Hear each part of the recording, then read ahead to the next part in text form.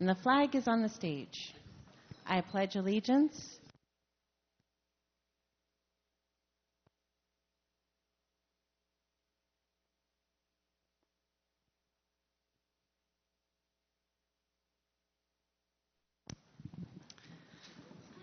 The mission of the City School District of Albany is to educate and prepare all students for college and careers, citizenship, and life in partnership with our diverse community. First up, we have the superintendent's report. Dr. V. I'm coming. On the table. Good evening, everyone. Thank you. The school year is in full swing. I'm pleased to report that we are off to a very good start across the district. Our team has been paying close attention to partner with our building leaders to provide support, of course, over these first 2 weeks, intensive support over the first 2 weeks. We face many challenges, and at the same time, we've been proactive about finding solutions that make sense for all involved, beginning, of course, with our students and families. Our trend of growing enrollment is continuing this year, and we're watching that extremely closely as well. At the end of our first week, our enrollment was up nearly 3% at the elementary level, district-wide, compared to last year. That continues a trend that seen our elementary enrollment grow by more than 27% over the last 8 years.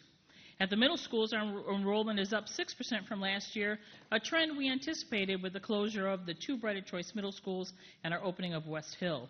Overall, our middle school enrollment is up 23% over the last 6 years. As you know, our growth at the elementary and middle levels is at the heart of the comprehensive work being done by our grade configuration committee. You will hear more about that later on in tonight's meeting. We are still waiting for enrollment numbers at Albany High School to settle down a bit. At the moment, we are showing an increase of more than 300 students, with more than 2,600 students currently on the roll. We expect that figure to decline over time, and though we expect to still retain an approximately 100 students more than accounted for last year. After reviewing all of these early numbers, I expect our total enrollment to be more than 9,200 students this year. That would be our highest student total in more than a decade. And of course, I will continue to keep you posted around the enrollment as it moves in this first month of September. Our process of talking with our community regarding the November 3rd vote on the proposed investment in Albany High School continued last evening. We gave presentations for 2 neighborhood associations, Hudson Park and Helderberg. We have an aggressive schedule of community presentations coming up over the next 6 weeks. Please give us a call if you would like to add your group to that schedule.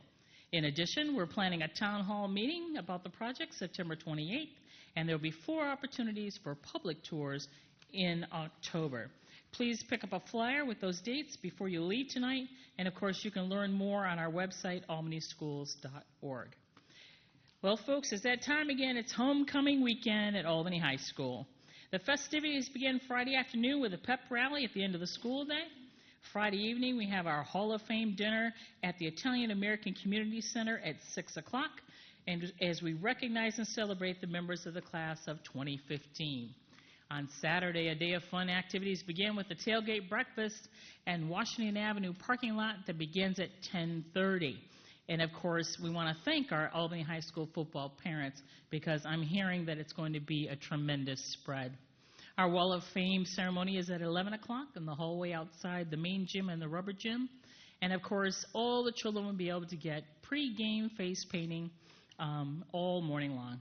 The homecoming parade to Bleecker Stadium stops off at noon, and of course will be led by the Albany Marching Falcons to lead the way. And then, of course, if you really do love football, after you've survived face painting and lots of ceremonies, the game begins at 1 o'clock against Ballston Spa. We recognize our Hall of Fame inductees once again at halftime, and following our victory over Ballston Spa, we'll wrap up with a homecoming dance back at Albany High School on Saturday evening.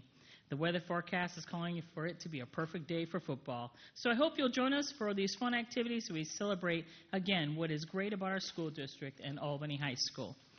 Here ends my part of the presentation.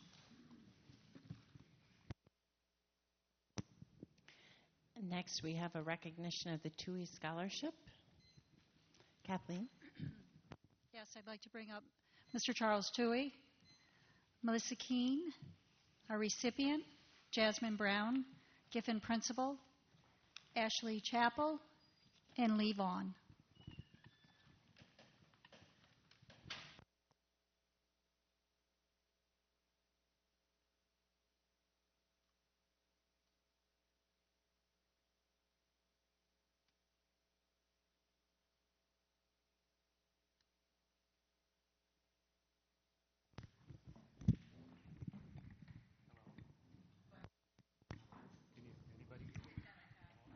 Hello?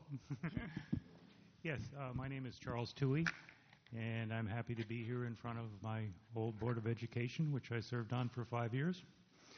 I also was a sixth grade teacher long, long ago. And we're here to rekindle an initiative that we had a number of years ago, but we're happy to start it again up this time. It's called Grow Your Own, which basically says we traditionally have had trouble finding teachers of color to work in our district.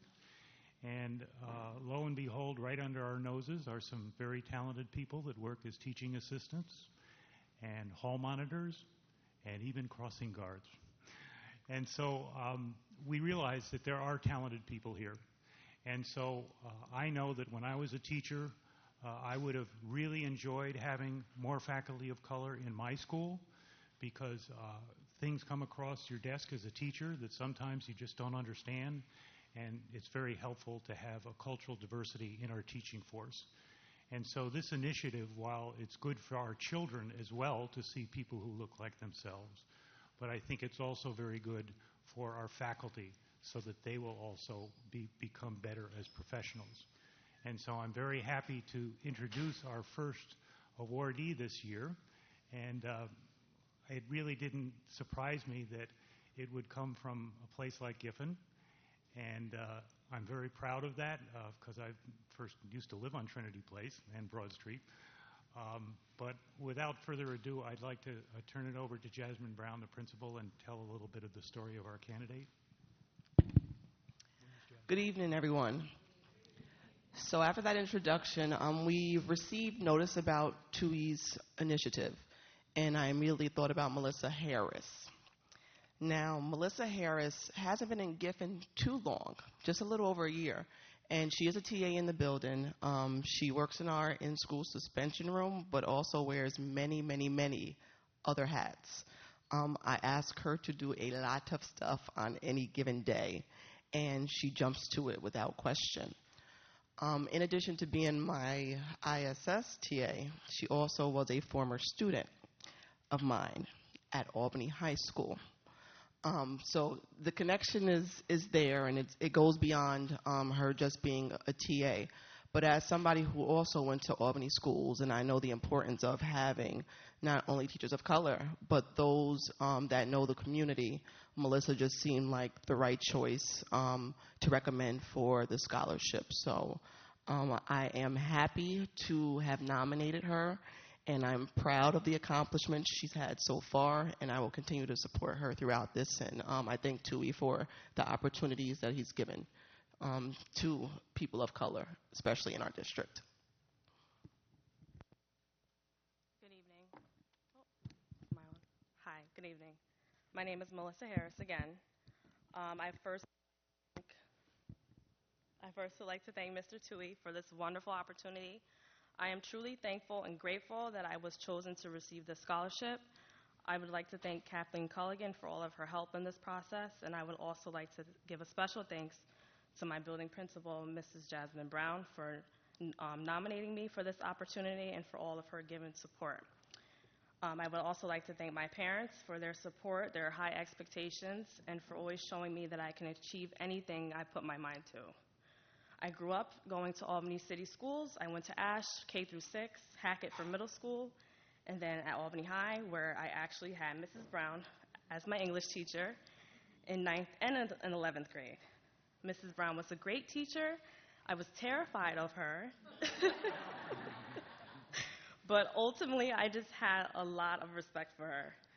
Mrs. Brown had high expectations for her students, and I wanted to do my best in her classroom, even though English wasn't my favorite subject. I looked up to her because she was an African-American woman and a teacher. She was a great role model, and from being inspired by her and from the support of my wonderful guidance counselor, Mrs. Karen Morby, I decided that I wanted to go to SUNY Oneonta to pursue education. I entered Oneonta in the fall of 2008 and graduated in 2013. I studied childhood education with a concentration in social studies. After graduation, I worked at Parsons Child and Family Center and then taught UPK. I received a job at Giffen Memorial in October of 2015, and I started grad school in January of 2015 at the College of St. Rose, where I am now studying curriculum and instruction. I'm sorry, I feel like I'm talking a lot. After my completion of grad school, I will be professionally certified B through 6 childhood education and 7 through 12 social studies. I want to stay in Albany and work in the same district that I grew up in. I also aspire to move on to higher education. And I just want to close with this just short story, and then I'm done. I'm sorry. While at Giffen last year, I had an African American female student ask me if I was adopted and lived with a white family because I spoke proper and different, and because I went to college, and because I knew how to play the viola. So when I become a head teacher, I want to inspire all students, especially the black and brown children, that they too can go to college and that they can be successful coming from their own black and brown families. Thank you.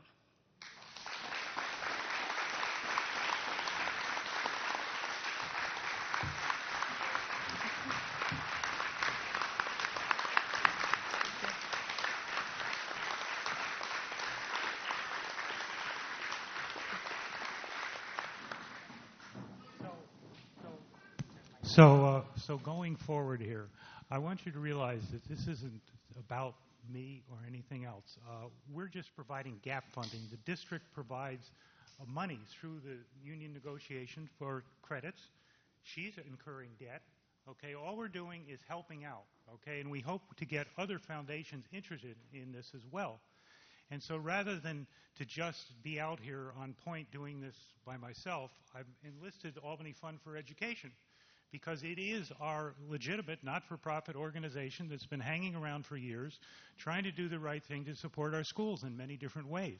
And so I've been meeting with the AFE people, and we have a couple of them here today. And so Ashley, who I believe is at Albany High, is going to talk to you a little bit about going forward, how we make this turn into from one person into more than one. Good evening.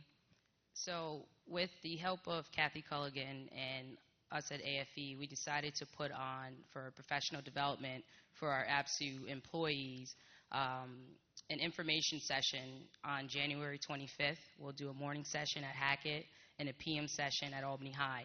So the TAs at some point, they'll be able to come talk about what their goals are. We'll have some schools there, some local colleges, and to help them figure out what path they need to go on in order to achieve a college education in hopes of becoming a teacher.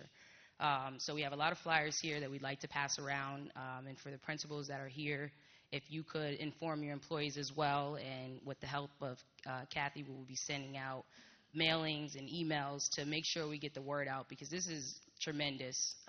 It's a great opportunity, and I do thank TUI, and thank goodness that we have ABSU as well to put it together so that they can afford to get an education and truly make a difference in our community and be the examples that our children need. And I know it helped me when I'm in Albany. I'm a product of Albany, K through 12.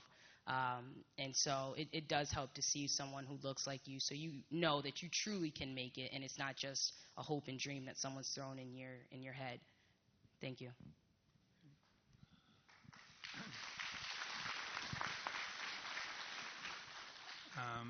Hi, on behalf of the Albany Fund for Education, I just want to say how pleased we are to be able to participate in this. We welcome Mr. Tui's generosity, and what we'd like to do is start with this program in January. It's kind of a college fair for ABSU employees so that they can avail themselves of the opportunities that Mr. Tui, that the district, and that the schools will make available to them as they further their education. We also believe that there's a talent pool that we hope we can tap, and as long as Mr. Tui will keep his wallet open, we'll do our best to have a line of people ready to take advantage of it. it's a good opportunity, and I hope many people do. And the more we learn about the candidate pool between now and January, the better the program can be. So if you can talk among yourselves and with people from AFE or with the principals from your school about what it is you think you need, we can try to make sure that on January 25th the answers are available to you. Thank you very much.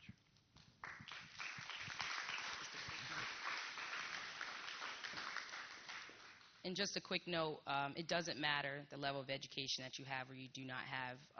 If you started college and didn't finish, or if you do have some kind of education, a 2 or 4 year degree, we're hoping that people do come forward so that these college admission counselors can help us figure out how to get you on that path. Yeah, and I don't even know what I'm getting myself into here, but it doesn't matter, because we're all Albanians here, you know, and we want to see Albany grow. We want to see our people, our children know the teachers and view them as one big family. And there are go-to people in each school when they're having trouble in a classroom, and get rid of this whole referral thing and just try to, you know, learn how to encourage our children. And so that's really what this is about. And I, for one, having walked through many schools in the district, I know that there are people laboring under the radar that people know about in their schools that have terrific talents in terms of interpersonal skills with their students. And so that's my fervent hope, is that we tap those people on the shoulder and say, yes, you can do this. Why not try? Thank you.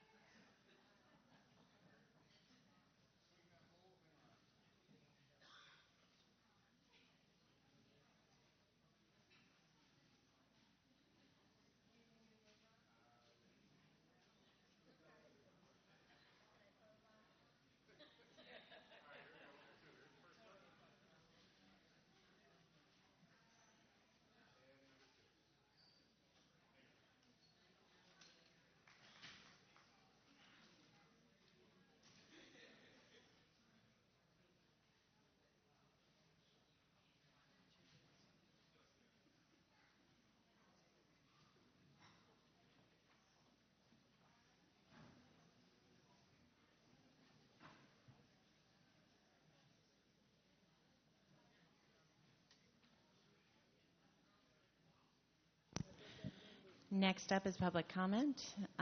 The Albany Board of Education welcomes district residents, parents, students, and other people to our meeting. Community involvement at board meetings is encouraged so that we can better understand your views. Please be aware that by law, individual student information or particular personnel issues cannot be discussed at public sessions of the board.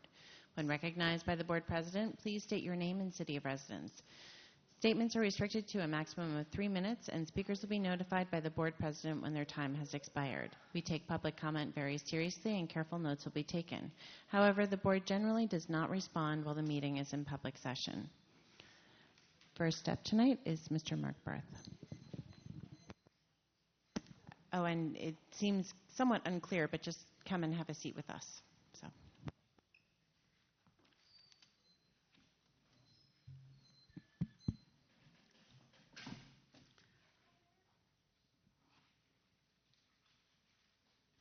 Good evening, everyone. Tuesday, November 3rd, as you all know, is the all-important vote on the $196 million renovation of the high school. The Albany Press has explained that Albany High School is in a state of disrepair and described various inefficiencies. One such example of inefficiency described was the 2-block trek to and from Brooklyn. True, it does result in a loss of class time and tardiness. However, to win over the tax-paying public who may only know Albany High School for its high-end AP and international baccalaureate programs or its low-end graduation rates. They need a better reason for moving the career and technical education program to the main campus. As Principal Dale Ghetto pointed out in a presentation to the board 3 months ago, CTE is the original college and career readiness program. I believe the proposed renovations of Albany High School will make the CTE program a more attractive pathway. I speak from some personal experience. Brooklyn opened a career door for my daughter, and early childhood education eventually became her college major. We are not only refurbishing an old building, we are assigning prestige to a diploma program that has been buried in a building down the block and around the corner. It's time to elevate this college and career program to its rightful place. Thank you very much. Next, Stephanie Dawson.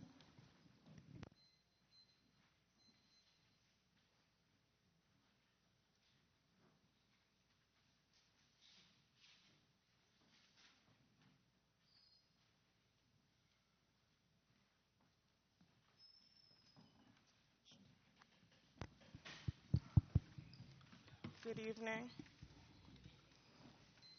My name is Stephanie Dawson, and I want to thank you for taking the time to allow us to speak this evening. Not only am I a parent of children in the Albany City School District, but I also am employed for Durham School Services, where I am a driver. To the right of me, I have Mohammed Abdullah. He's a monitor at Durham. We have Chris Fitch. He's also a monitor. And then we have Arkie McCain. He's also a driver. We work very hard at Durham to provide safety for all involved. We're here this evening because we're trying to organize a union. I'm on the committee as well as these young men to my right. We were accompanied by other union members this evening as well as other co-workers from Durham.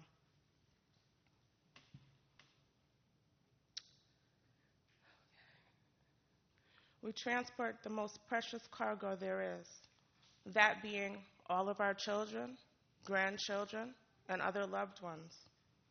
Safety is our top priority.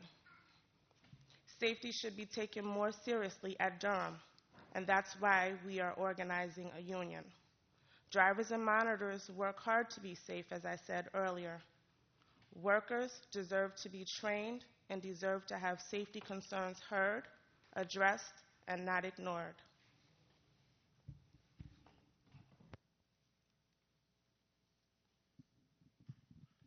Good evening. We are fighting for fairness.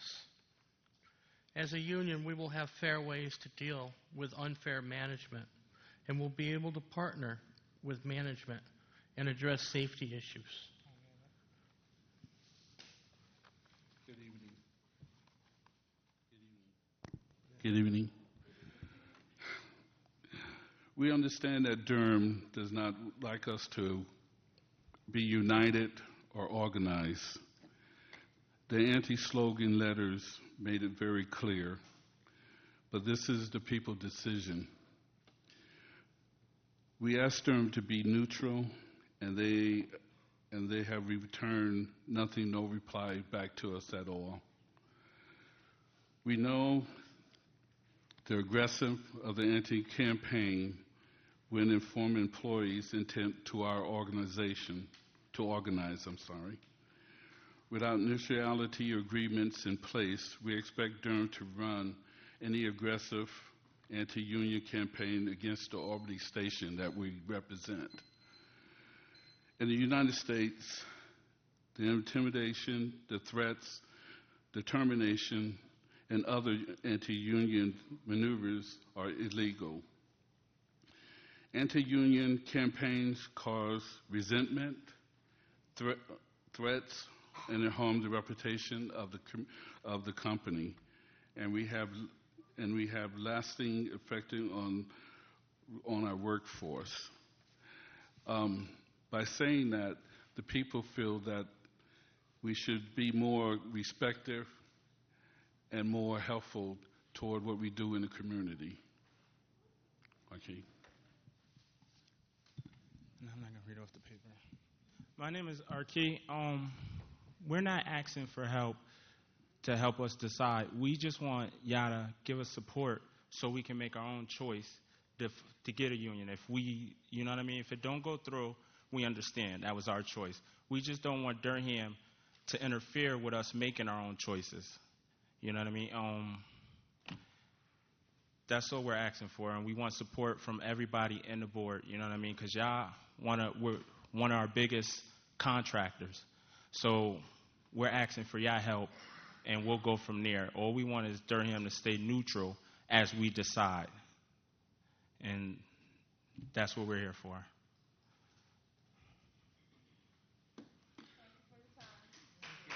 And I have one more. Thank you very much. One more thing to say, just for a minute. As being a former, I couldn't help. I wanted to make a statement for what the young lady was saying. Congratulations. As being a former teacher and principal myself, she made a good statement. For I think all of you should listen to the language that she just said, because for a little girl to come up to her to say, well, why are you talking this kind of way? Teachers, that's what you're dealing with right now. I'm telling you, I see it in myself, but that is the kind of language that you're dealing with. You have the people out there think that you cannot talk in a proper language, and you have to talk ghetto language or the hood. But she made a good statement. And I hope that you take that in consideration, because that is what you're dealing with right now, that kind of mentality. Thank you. Thank you very much. Next, we have Laura Franz.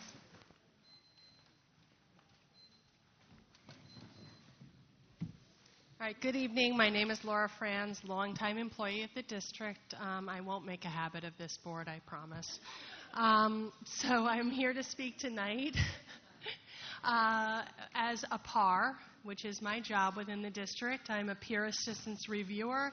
I work entirely around APPR. So I'd like to speak about your agenda item this evening regarding the Director of Professional Review. PARs deal entirely with APPR, and I think there is I know there is a tremendous amount that we have to do around APPR. My concern is that in spite of the regulations and the legislation, we keep working to try to make APPR in this district and evaluations in this district meaningful for teachers. We try to foster professional conversations. We try to talk about instructional practice. We try to improve personal, professional growth. And it is a tremendous task that is only getting harder. There is an absolute need for an instructional leader to guide that work and keep track of all the moving pieces that comprise APPR. Currently, we have different members of our district leadership who all have pieces of that. And my concern is that we are going to lose our vision and what we're hoping to achieve if there is not someone who is really the guiding force behind that work and in charge of all those pieces. Thank you. Thank you very much.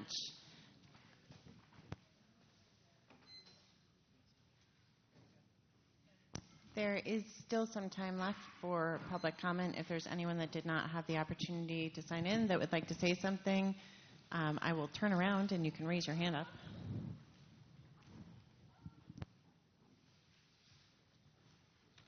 All right, seeing none, and if I miss someone, then feel free to shout and make a thing because I can't see you right now. Next up, we have an information item, the Response to Intervention, Academic Intervention Services, Karen Bechtel.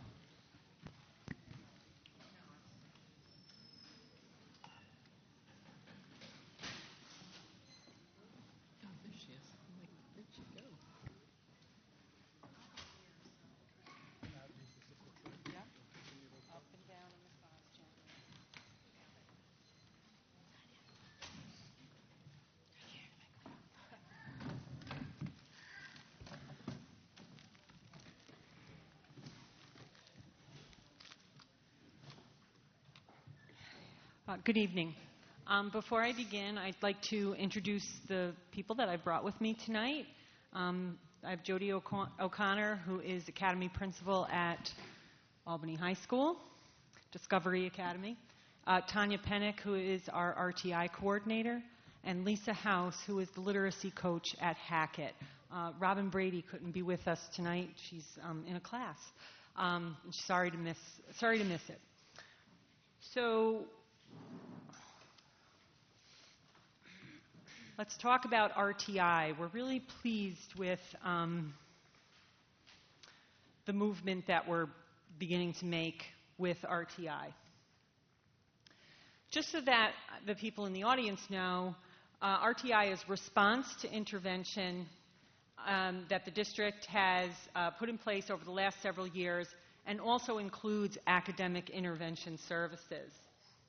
RTI and AIS are decision-making processes based on multiple data points. As the district has become better and better at using data to drive decisions, it has informed our work around response to intervention in AIS.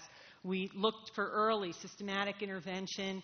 It's a tiered system of intervention. We have ongoing monitoring of what it is that we're doing, and the best thing, I think, about RTI and AIS at the secondary level particularly, is to try to get more flexibility for folks to come, for students to come in and out of RTI as they need the services. So Tier 1, we often call Tier 1 core instruction. And one of the questions I was asked is about services for all students, and does RTI serve all students?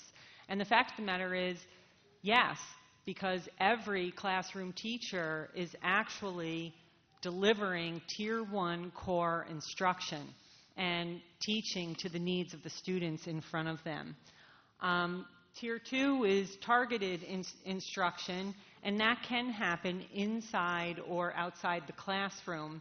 It's generally 4 to 6 students, could be the reading teachers pushing in for a group.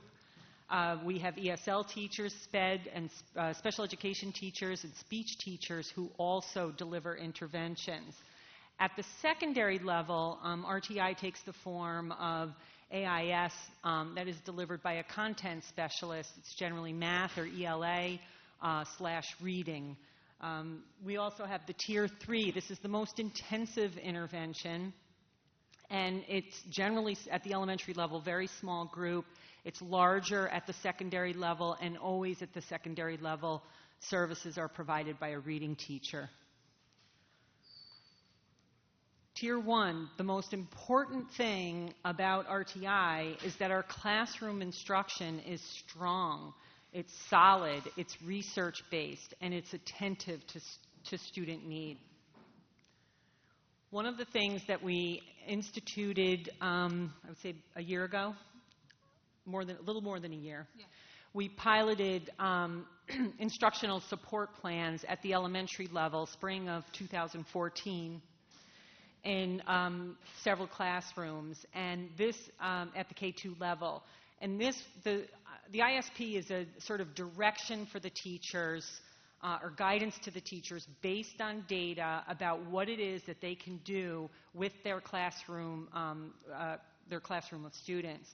So we had this idea that for 14-15, because it was so successful, we wanted every teacher to have access to these ISP plans. So Tanya, both this past summer and the summer before, spent a whole lot of time putting together classroom lists, pulling the data down, and coming to some type of trend, arriving at a trend in the classroom of where the focus needed to be. So, for example, on phonics or segmentation or phonemic awareness, or whatever it might be.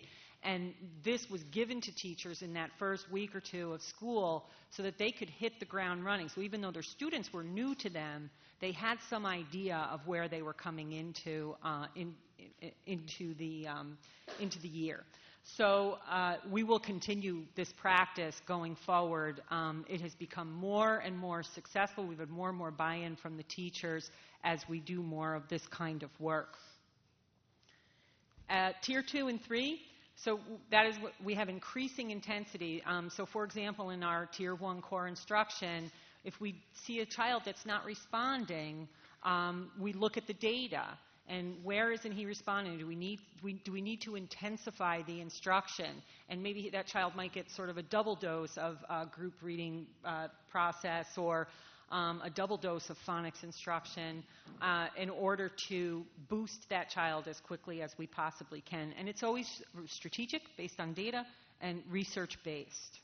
So I know that you would like to see the data around our work. There's 2 charts in the RTI presentation. I chose to put 2 in because I think the first one has less lines and is easier to kind of see. So the bars represent this past year, the 14-15 school year, the blue bars. The red line is the national target, so the red line with the little boxes. And the orange line represents 13-14, the year 13-14, and it has the triangles. And so I think it's very easy to see that we've done some good work at first grade, second grade holding our own, third grade holding our own, actually having a gain at the third grade level, fourth grade better than the prior year, and fifth grade hitting that national norm, which is the target. Kindergarten, I think it's clear for the audience to see that we're struggling there. And we have done a lot of work looking at what's going on there. We have kindergarten, our early literacy kits now that the kindergarten teachers have. I actually spoke to a literacy coach who's an expert at the primary level this morning, and she said to me, Karen, we're going to stop this by October. We have the kits, we have the interventions, we have the quick assessments so that we can get right at this, and we're going to get it done, and we're going to stop this, so that what I'm hoping, when she spoke to me this morning, is that when we look from the September to the January benchmark, because we do benchmark the kids, very quick little 2 to 5 minute test, it's not anything major, one-on-one with the teacher, that we will at the kindergarten level see a reverse of this trend. This one has the additional blue line from 12-13. So this is really 3 years of data. And you know, we have some years that we have to look at more closely at why things are where they are. And again, the kindergarten, I think, is the most obvious, that we have some work to do early and intensely to make sure that our kindergartners get up to speed as quickly as possible. At the secondary level, we use multiple data points for placement in AIS and in reading class. Our tiers are classroom instruction, of course, Tier 1, everybody is in English class, everyone is in math class. And then at the Tier 2 level, there are the AIS classes. And then we have the reading teacher classes support for Tier 3. There's exit criteria that allows for flexibility and movement, and that is something that has really emerged at the secondary level over the past few years. We have gotten better at sort of treating, and if the student meets the target, getting them back into either bringing them from Tier 3 to Tier 2 into the AIS class with less intensity, and continuing to monitor. And that's how that works. The secondary data, at Albany High, we had 53% of the students in AIS or reading class that met or exceeded 1 year's growth in AIS. I wanted to actually give you the right figures too. We had the total number of students in AIS at the secondary level, 583. The total number of students enrolled in reading, 306. So of those at the high school, 53% met or exceeded 1 year's growth in AIS. At Hackett, 64% met or exceeded. Myers, 62% met or exceeded. North Albany, 43% met or exceeded. And that's for the AIS class. The reading class, The 306 students that took the reading class, 50% met or exceeded, 82% met or exceeded 1 year's growth, 59% at Myers, and North Albany data is captured in the Tier 2 AIS chart. North Albany has a reading teacher who does both AIS and reading, and because it's very small, and works within that to intensify or decrease dependent upon the needs of the students in front of her. Some data around secondary math. You'll notice right away that Albany High School is not included in this data, and that's because we changed the model last year, and our math AIS at the high school is all push-in. So for algebra and geometry, we have 2 teachers in the room so that when the students stumble with some algebra or geometry, that we are meeting them at the moment, in the moment, at the moment, because we have more personnel in the room to try to attend to what is, to attend to the problem. At the middle schools, however, we continue to have math AIS. In Hackett, 43% of the students in math AIS met or exceeded 1 year's growth, Myers 35%, and North Albany AIS math services provided in the context of regular math classes and only whole grade data available. We have changed that so now that we have a teacher now who will be delivering AIS math services. The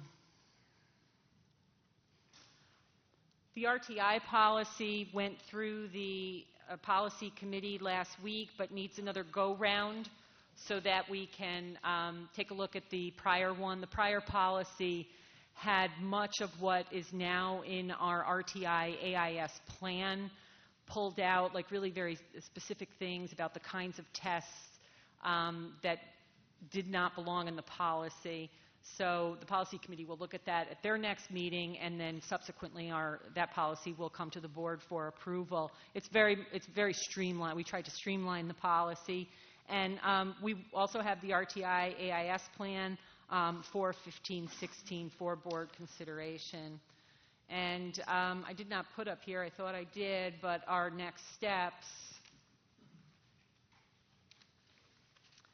And those include our continuing of the monitoring of implementation of the AIS curriculum and instructional model. We have developed a curriculum for AIS 9th and 10th, which if those that, how do I put this? Normally you wouldn't have a curriculum because you're just responding to student need. But at the 9th and 10th level, we're really focusing on student skills. And so we have set up a curriculum that allows for centers that students go through so that they can get the support in writing and reading that is necessary. Again, we've got to continue to use those multiple data points. The one thing that we need to do better, because the data that I'm presenting is from spring to spring, and for the secondary level. And one of the issues is that it doesn't reflect the students who left. Elementary, every student is receiving, has the Ames Web benchmark and has Tier 1 instruction, and then an RTI block is built into the day, 30 minutes each day. At the secondary level, the group is targeted. It's a certain number of students. And the flexibility is great because that is what we are supposed to do when they hit the target, have them exit so they're not sitting and then go do something else and take a half-year class or something. So we are taking them out. But one of the issues is that we haven't developed a good system yet for collecting the data of those that exit. So that's one of our target areas this year. And we have to provide support for our new math AIS teacher at North Albany. It's very important.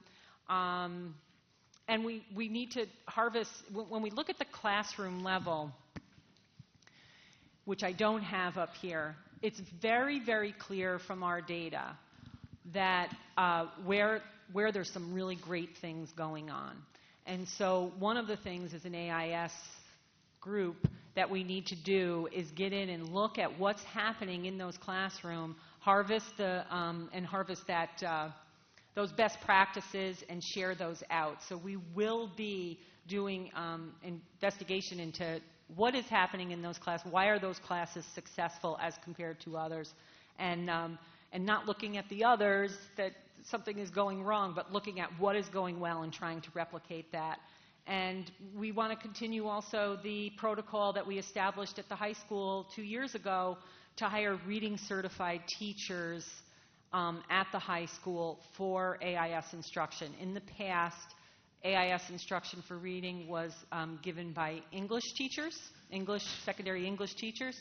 And so we have worked to bring reading certified teachers. And Jody, how many do we have at the high school now? We're at 3 right We're now. at 3. So we will work to continue to try through attrition to have more reading teachers at the high school level for our students. So unless Tanya would like to add something. You're good? But you only have 2 more minutes. Okay. And what I really would like to hear is how that is managed or done or achieved in the 2 representative schools in Hackett and the high school. That's what they want to know, is how is it being done on the ground? But you got to talk fast because Kenny ran the clock. You want me to start? Pardon my nasally voice tonight. First week of school, I always get sick somehow. So coming in about 3.5 years ago, we had AIS classes, but as Karen said, they were all serviced by English teachers, and it's a very different skill set to teach reading than it is to English. So we had staff that were doing the best that they could. So we slowly were starting to hire differently within the English department and add the reading teachers in. As we did that, we were studying RTI, which is really unheard of at the high school level, but we really have kind of created our own system there. So basically, each year we were able to add some reading staff. We are still in need of more reading teachers. We still have 2 English teachers teaching a majority of our reading, our AIS classes. So what we did is we really introduced the Tier 1 interventions to teachers. We've done several PDs on that with all of our teachers in the building in every content area. And then at Tier 2, we took, kind of our middle students for AIS. So those classes are capped at 18. And then our Tier 3 are capped at 6 to 8, depending on the needs of those students. So those are our kids that are have more significant needs. Reading at a 1st, 2nd, 3rd grade level. We're definitely not servicing all the kids at the levels we can, and we do have to get AIS at the high school to a point where we have all reading teachers staffing those classes. But we've learned a lot, and we have a really strong program in place there. When you walk in those classes now, you can really see the systems that have been built. We do a 3-station model in AIS because even with 18 kids in the way, you have to schedule at the high school, and how you have to fit all those cores in and electives and all of that jazz with the themes on top of it. You still will have a group of 18 kids reading from 2nd grade to an 8th grade level in there. So you need to create groups within those 18 students. So we have a 3-station model in which the teacher does small group instruction, probably with about 6 students. Apex, which helps them with their reading, writing, listening skills, and then some self-directed, like reading, writing skills that, are really taught to kids to get them to that point to be able to work independently.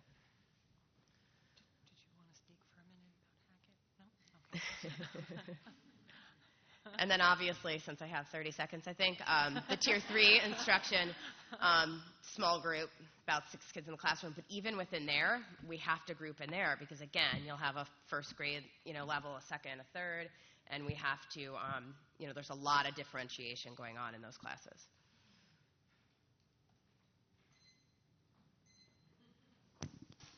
I think now we get to do questions.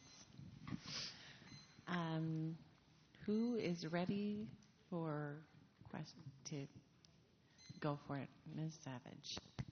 I always make the mistake of going before Dr. Brandon, and then she says something sensible, and I think, oh, why didn't I say I'm fearful that I have a fundamental misunderstanding, and so I'm going to ask you to clarify something. I am in this document that you provided, and at the bottom of the page it says, this is page 6, it says, if 80% or more of the students meet grade level behavioral expectations, begin the team process for identifying and supporting non-responding students who require Tier 2 targeted intervention. I read that as meaning if the class did not have 80% or more students meeting grade level, we would not be identifying and delivering Tier 2 instruction. Did I misunderstand that? Because then I asked the question, how many of our classes are meeting that 80% criteria? And Karen, these questions happened by email, said 11 in the spring out of 205. So I thought, well, it can't really be that in 194 classes we are not doing what this whole document is about, and we're only doing the instructional support plans, right? Somebody answer my question? Thank you. The instructional support plans are developed for classrooms, like you said, that are below 80%, which is about 94 classrooms. The instructional support plans are just really guidance documents, so based on the data Karen had mentioned, we run and we kind of identify a general target skill, whether it's academic or behavior, because we have all of our PBIS data on that side now. We look for that magic 80% number. If we have, let's just throw number 36%, we'll look at the majority of the students who are falling below when it comes to reading and identify a general class target skill. That could be phonics, phonemic awareness. We'll talk about what further assessments do we need in the second grade classroom to really drill down. So this is all part of that ISP. What are we going to do? How are we going to use the reading teachers, the reading staff, the reading coaches that are assigned district-wide to support this classroom that's at 36%, 40% in instruction? So we include instruction as the full core, the 90 minutes at elementary, and then there's an additional 30-minute RTI block that when we provide that instructional support, we use that as a bonus 30 minutes to core. So if your class is less than 80%, we've just gained 30 minutes and we provide a targeted. But this, I'm still not grasping it, and I'm sorry. My understanding of the way the whole tier thing works is that if you've met the 80% benchmark, so the class is essentially functioning as a class, but you've got, say, 20% of kids who need extra support, then we either push in or pull out to support that bottom 20%. I'm trying to grasp what we're doing with additional resources when the class as a whole is not performing at the 80%. Am I asking a question that makes sense? I'm not understanding it right. So we want Okay, tier 2 I am or tier asking 1? a question that is understandable. Like, so you want the classrooms that are at 80%? I want what I'm trying to understand is, like, I read this whole document and like 90% of it has to do with what happens when a classroom, and I'm trying to ask, like I asked, I'm not trying to play gotcha here, I just am really trying to grasp it. Most of this seems to be about a class that looks like this, like it's kind of supposed to, right? Like everybody is doing pretty well, and we have a couple kids that need some extra help, and there's a whole lot of stuff in here about what happens in those classes. But then when I asked which classes meet that criteria, it's like 5% of our classes actually meet that criteria, and 95% of our classes don't meet that criteria. So what I'm trying to understand is what's happening in the 95% of the classes that the kids are not performing on the sort of standard 80%. Now, have I asked a question that makes sense? We can't pull out 68% of the students for Tier 2 and Tier 3 support. So what we do is we've sort of shifted and we're pushing in. So now what we're doing is we're having the reading teachers, the ESL teachers, the SPED teacher push in during that 30-minute block. That's in addition to the core, and kids are being serviced right there in the classroom. So in essence, they're getting, so everyone is getting that double dose that we know that they need with the best use of the resources that we have. Okay, I sort of think I get it. Do you want to ask a follow-up question so that we can just, and then I'll give my time? I generally don't like to jump, but I have basically the same question.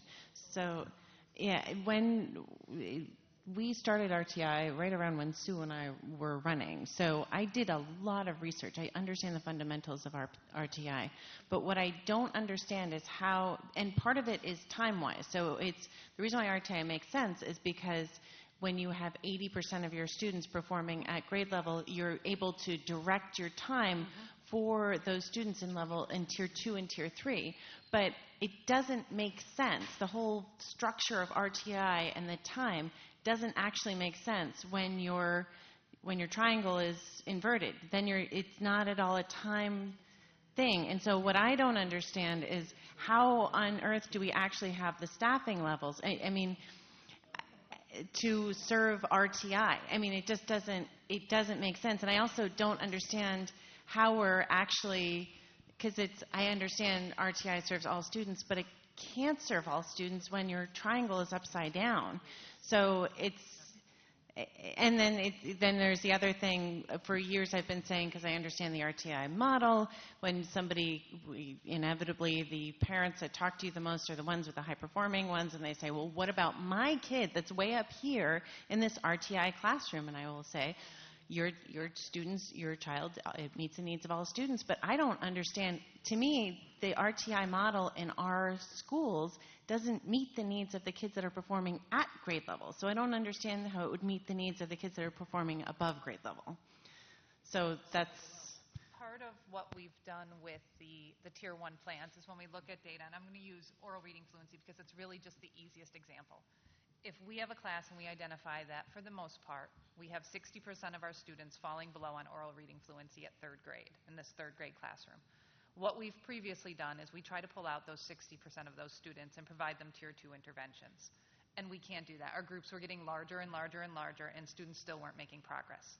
So we kind of stepped backwards over the last year and a half and said we need to really focus on that Tier 1 because we still only have the 40% meeting what they need to meet.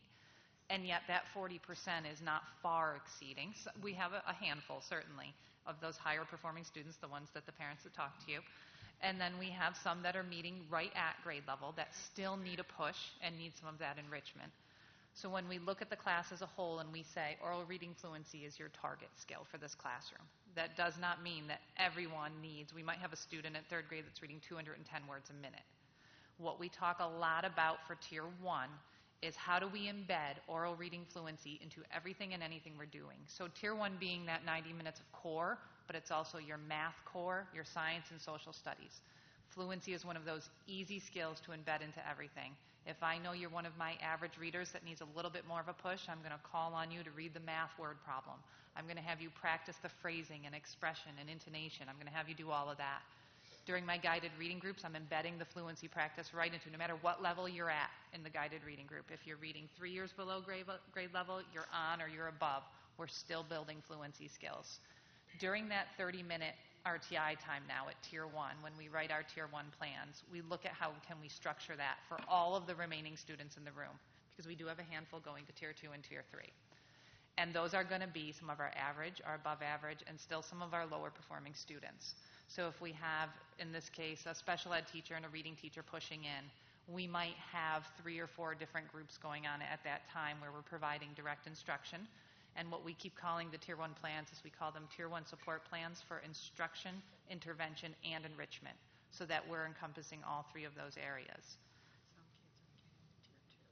Some kids, and that's where I was going next. So the Tier 2 and Tier 3 students that have been 2-3 years of Tier 2, or now they're at Tier 3 and they've made some gains but they're still below. We didn't say, okay, everybody back in the classroom. It doesn't matter if you're 3 years below and you're at Tier 3 2 years ago, you don't get it anymore. So we've maintained some high-risk criteria is what we called it. So every year we have students that start right off the bat, even if the classroom's below 80%. We have a handful, and we tried to keep it like the tiered model talks about, 1 to 5% of your student population. So at that grade level, we should only have 1 to 5% at that Tier 3 level. So we've picked the 1 to 5% of the lowest students who have been in Tier 3 in the past to maintain that. As we go through the year and we look at the progress of the classroom, we're not looking for that class that was at 40% in 10 weeks to be at 80%. That's impossible. So we've set incremental goals to say if by the end of the year we're at 80%, where do we need to be in 10 weeks? Where do we need to be in 20 weeks? And by doing that, we're able to say at 10 weeks, the class is moving. They've met their first goal, their first target. Out of the whole class, do we have any non-responders? Do we have any students who have not moved? Let's get them added into Tier 2. So as long as we're making the progress towards 80%, we are adding students who are not responding to that Tier 1 into Tier 2 and Tier 3. And I would also add, I know there's, I know you're aware that there are 5 reading teachers at SA, And the preliminary data there is, there's some movement. Now, whether or not that's one of the pieces of the puzzle that helps the movement there, I mean, I would assume it does. But, we work with the resources that we have. We know that we want to look at the data closely when it comes to budget time and look around at what is the number of reading teachers that we would need to meet the needs dependent upon the data. So we will go through that. That's actually one of our tasks, to look at that going forward. But we have increased reading teachers steadily since, I think my first year we had cut, and that was only 4 years ago, or 3.5 years ago, and now we've begun to bring the reading teachers back. Can I just do a follow-up? And thank you for that, because that actually helped quite a bit. So where I am right now, and we're talking about, it still doesn't feel like we have the staffing to really do that. And the reason why I circled back to that is because we went through a budget season where several board members were very frustrated because we were on the eve of receivership, and we weren't even meeting our students' needs in that situation by aiming our budget where we should. And so what my concern is, as we're doing this RTI presentation, that we really hear from you what kind of needs we have, because realistically, we have to move the needle across the district. And if we're not properly staffing RTI, then we're not giving it the chance to succeed. It could be the best model out there, and if we're not doing it right, then it doesn't matter. So right now, we have, Jody mentioned that we have 3 reading teachers in the high school. Well, how many reading teachers would it take to be in the high school? It is kind of crazy that we have 5 at SA and 3 at the high school. That seems insane to me. I have to speak. Jody has done, I'm just going to say it publicly because I need to. She has done an incredible job at the high school creating an AIS RTI structure that I actually 3.5 years ago, I was like, Jody, I come from a high school, I don't know. And she has done awesome work there. And so we've slowly brought in the 3 reading teachers. We have trained the English teachers to operate their AIS classrooms the way they need to go. And I think Jody can speak. How many reading teachers would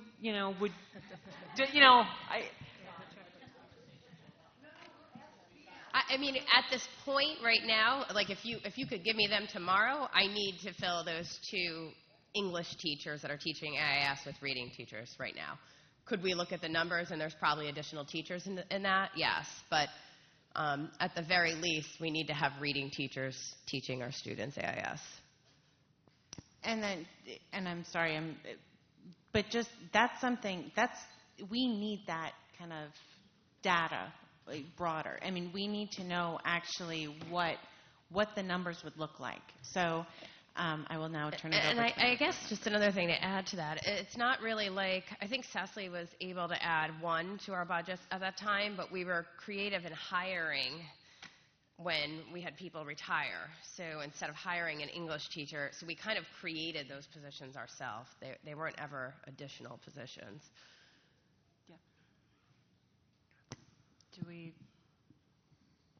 Do I get to keep asking questions since I only got to ask a very short question?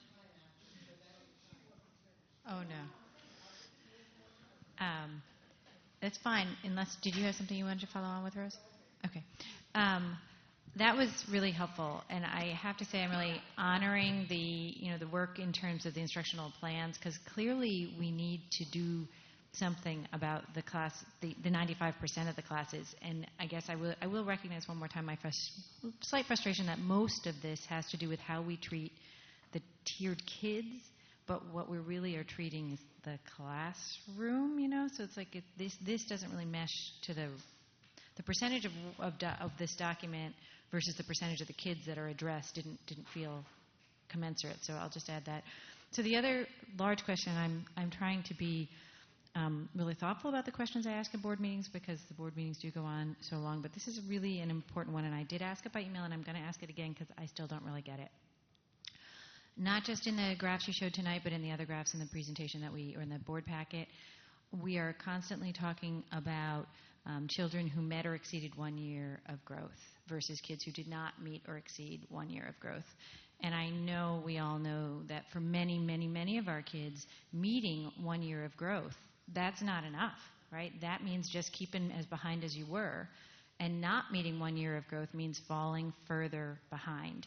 So I don't understand why we're not more ambitious with the way we present the data. I would like to see us tracking and graphing 1.5 years worth of growth, 2 years worth of growth, especially for the kids who are a year behind. And that's what the way the graphs are presented, the way the data is presented, it's very hard for me to understand whether kids are really starting to close the gap and met or exceeded 1 year's growth. It's too big of a chunk. Do you understand what I'm saying? Met or exceeded. Met is not good enough. Exceeded, now we're talking something. But met or exceeded to me just means didn't fall farther behind. So I did ask it by email, so you should have a sense of what I'm trying to get at. So I would like to understand why we present the data as met or exceeded 1 year's worth of growth when really met 1 year's worth of growth is just not a challenge. It's not ambitious enough.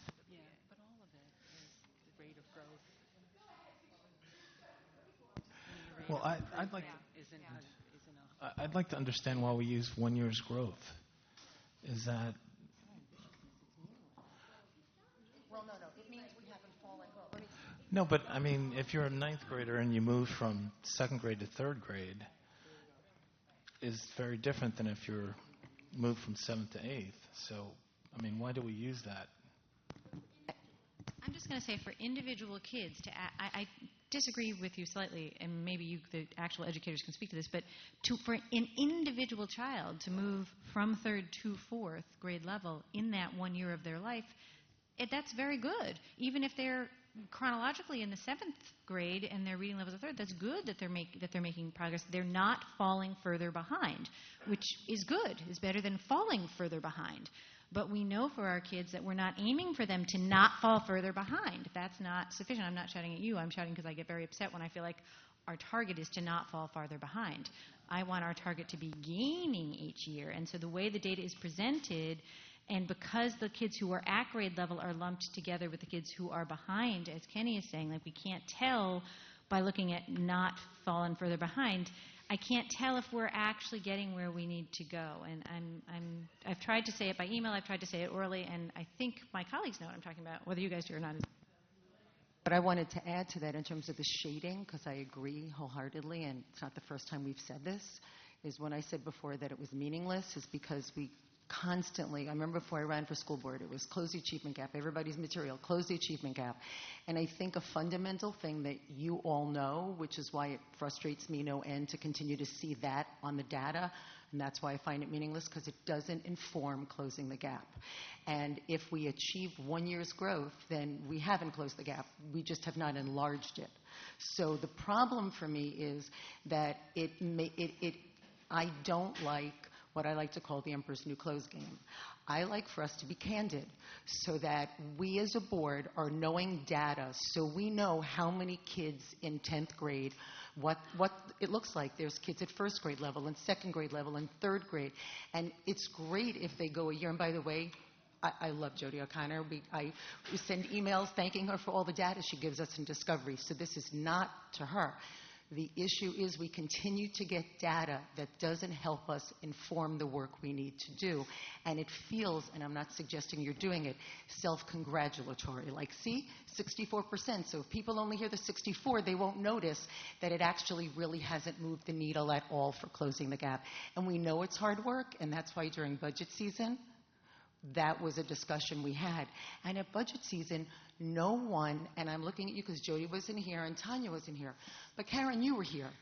And you didn't say to close the gap even this percent, we would need to staff in this way. And you know that I was blue in the face saying it during budget season. So for me, you can't have it both ways.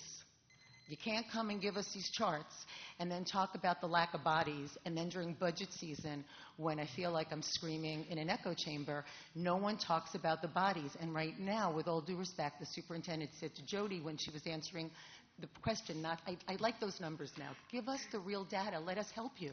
Let us help our students. I appreciate that. Thank you, Mrs. Adler. Do we need to ask for more time? I was just going to say, now is the time in the evening where we ask for more time. Is there... Rose hasn't even had a chance to speak, so we need to build in some time for that. I would like to move for 15 minutes of more time. So, Ms. Adler seconds. All in favor of an extension of 15 minutes?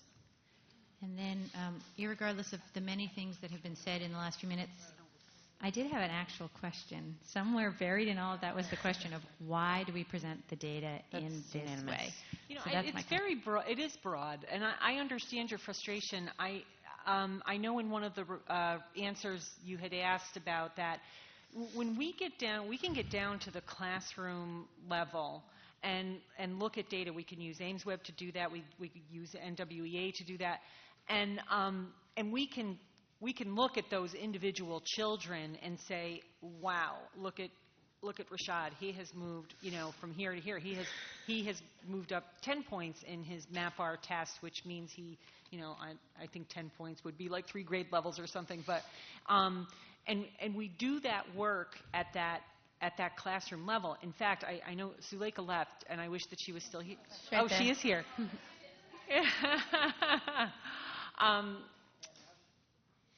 Suleika, or maybe it was I forget who it was. It might have been Jasmine, I'm not sure. But I've had the principals tell stories about how they look, when they're sitting with a grade level, and maybe they're 3 or 4 deep, and the teachers are looking at what is happening as well. The teachers are beginning to challenge themselves. Not that they're competitive, because I don't want to support that kind of a thing. But they are looking at the data of the classrooms and how what one teacher might get in growth compared to another person. And that fosters, Laura Franz talking about professional conversations. That fosters the professional conversation between the members of the grade level team. And that's happening. And I know that might not seem like a big deal, but that's a big deal, because that will tip us as we get the people at the grade level teams discussing their data at the granular level and really talking about the student needs and what's working and what isn't working. That's the work. That is the work, and that is what we've been really doing, I would say, over the past 3-year period of time, is trying to get there. It's difficult. We're not going to give you the classroom level data because we've got to look at the district picture. So you're right. This is broad level broad brush data. I guess I'd like you to, sometime between now and the next time you put this forward, it's not that it's averages that bothers me. I'm very comfortable with working with data. I'm very comfortable with summarizing data.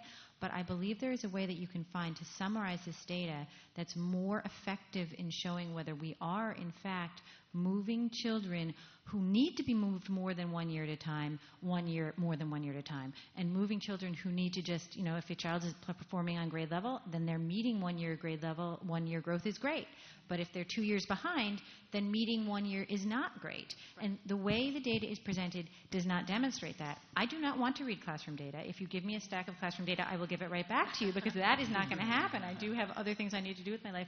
But I do believe that the creative energy that you're feeling among the teachers competing and talking about the data we could take some of that at the next level up to creatively think about how we present the data so that it could be more meaningful to those of us who need to understand whether we're actually making progress across the board. And now we have Ms. Suleika wants to say something. I'll say really quickly while Ms. Suleika sits down. And I agree, and I think when we try to look at the data as a broad stroke, it's hard to try to drill it down enough and get some more specific information. I know sometimes I struggle with that because there's so much data. We have AIMSweb, and I'm speaking really elementary right now. AIMSweb, we have NWA, the teachers are collecting running records, we're doing FMP benchmarks. So to take all of that data, which all has a little different twist to it, and start to analyze and look at a classroom as a whole to identify one focus, general focus as a target skill, we see different growth at different rates depending on the measure. A good example is when we look at Faunus and Pinnell versus Ames Web.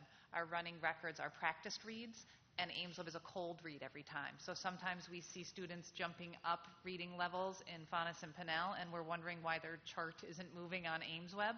Well, we need to get that decoding so fluent, decoding skills so fluent that when they're faced with an unfamiliar passage, they can automatically apply those strategies as well. So we've really started to drill down and identify why the gaps, I think, why we're seeing some of the gaps in data. And I can say I switched to the rate of improvement data on Ames Web versus the percent, and we saw this midway through the year last year. In the beginning of the year, I said, okay, you have 40% of your class meeting the grade level target on oral reading fluency. And we came back and we said your incremental growth is to be at 52% by December. And we weren't there. And we started to wonder why when we weren't there in a lot of classrooms. So when I looked at the rate of improvement, I saw that this whole class was really maybe reading, these third graders were reading at a first grade level. So the rate of improvement, the fact that our local rate of improvement was above some of the national, told me that we were starting to close that gap just a little bit, because we're actually exceeding the 1 year's growth. And when I looked at just the percent of students meeting it, it didn't look like we were moving. So teachers started to already come around, and that's where we started to get some of that buy-in of, okay, I get it. I felt like I was spinning my wheels, working really hard, and I wasn't closing the gap at all. But I am, because my students were reading at a first grade level, and I'm getting them almost to the second grade level by December. I'm still not at third where I need to be. But again, that one, so there's ways, definitely, I agree, to pull that data. It's just cumbersome, overwhelming. No, there we go. Okay, so I'm sorry I'm just jumping right in, but I feel like we're kind of missing the classroom perspective. And so what I want to share is that there is a lot of reflection that is required in this process. And so I can only speak for Sheridan Preparatory Academy. And so, midway through the year, we actually went through child by child and looked at their rate of improvement just to see who were the children that were closing the gap, who were the children that were kind of staying parallel to the line, and who were the children that were actually losing ground, so that we could make decisions for the grade level, for the child, whichever one seemed to work best. But there's also the part of the creativity that I have to say that's on behalf of each and every individual building, because I know that my colleagues are doing the same thing in their schools. And so looking at how we group our students at a Tier 1 level has been very critical to this process. And so I can say again, back to Sheridan Prep, we moved away from classroom teacher A having 10 groups of kids individualized because everybody's at every different level, and then saying instead, okay, so how do we look at the second grade, for example, and group the children more closely to the levels that they're at, versus me, classroom teacher, trying to actually answer this within the same 60 to 90 minutes. So now I have my two colleagues at Sheridan Prep is 3 deep. So we have 3 classroom teachers, we have a reading teacher pushing in, and when possible, we have our ESL teacher pushing in. So that Tier 1 support plan that Tanya is referring to is more than just that reading teacher now. So instead of having one classroom teacher trying to meet the needs of 25 individual children in 7 different groups, and I'm speaking to Sheridan Prep, my second grade team, when they started grouping across the grade level, each teacher just had 2 or 3 groups to address. And so now kids are getting more time with that direct instruction. As we reflect on the data, then I think we will start seeing which are the ways that are going to close the gap. Sheridan Prep is a school that needs to close the gap. It's not an if and or a but. We have to, right? And so we need to be reflective in our practice. And so I can say that in seeing some of the progress that my second grade team made last year, at Sheridan Prep, every grade level now wants to group across grade levels.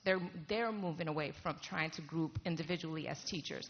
And so that's the learning curve that comes with this process.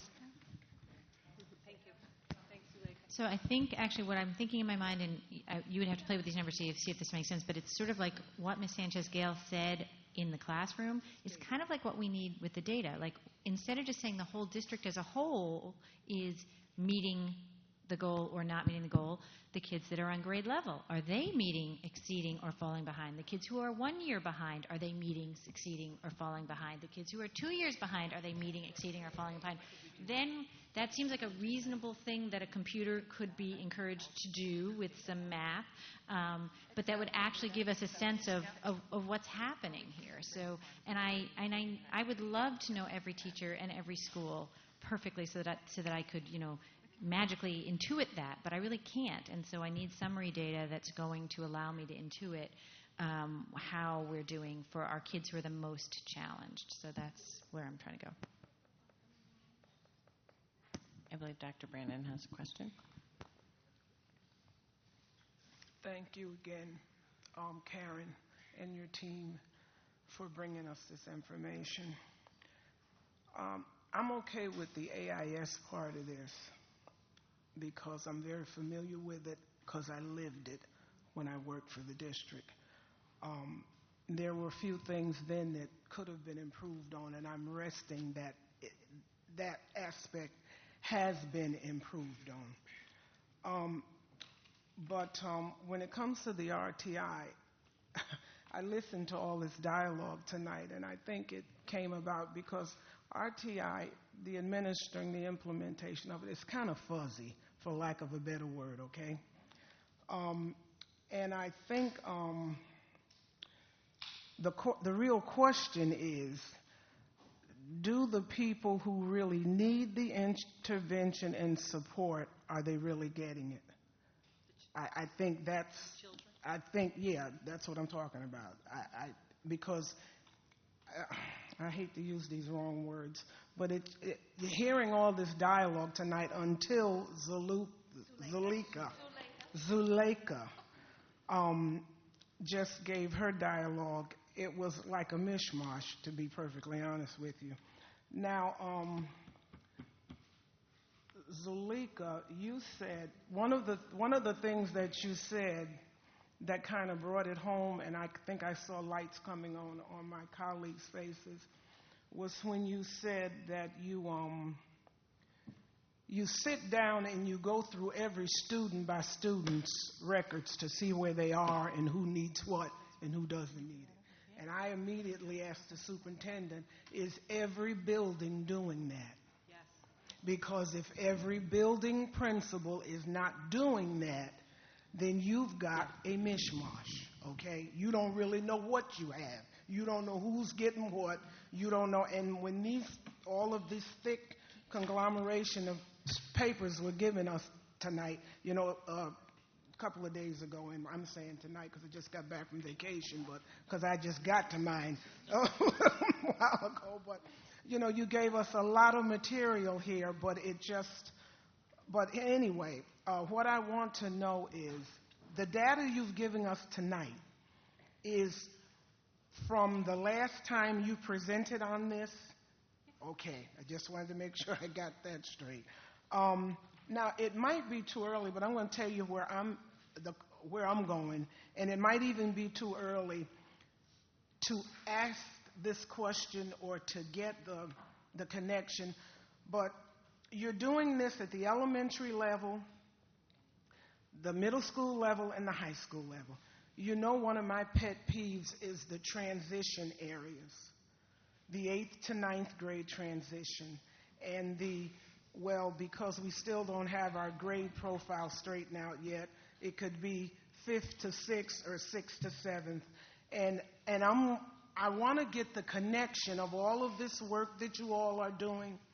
How is that connecting and impacting with the supports that the kids need from the transition places where we, like 8 to 9, where we're losing a lot of our kids at? It seems like to me, with all you're doing, someone else needs to be keeping track. And I keep going back to Zuleika, because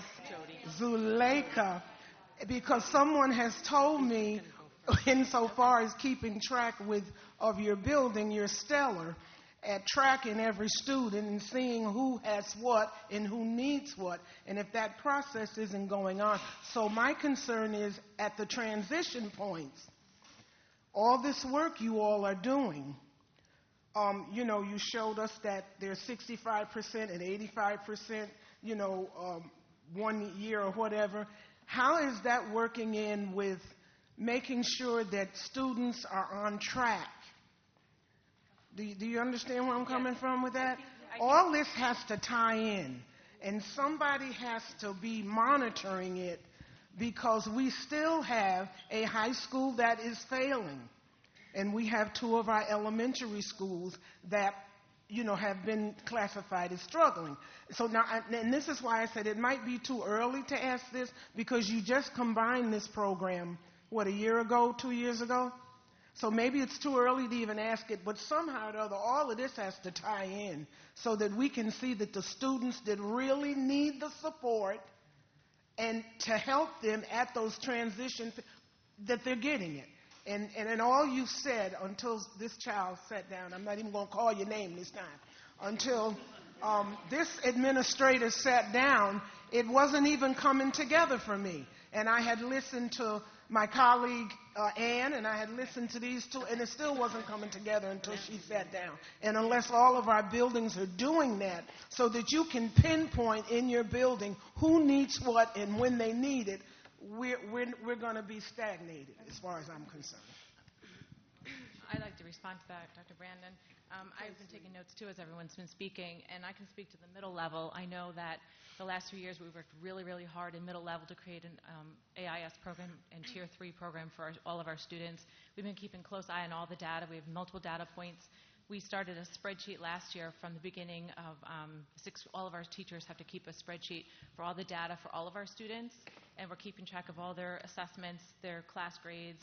We're meeting with the RTI committee to look at all the data. We're bringing kids forward to try to address their needs.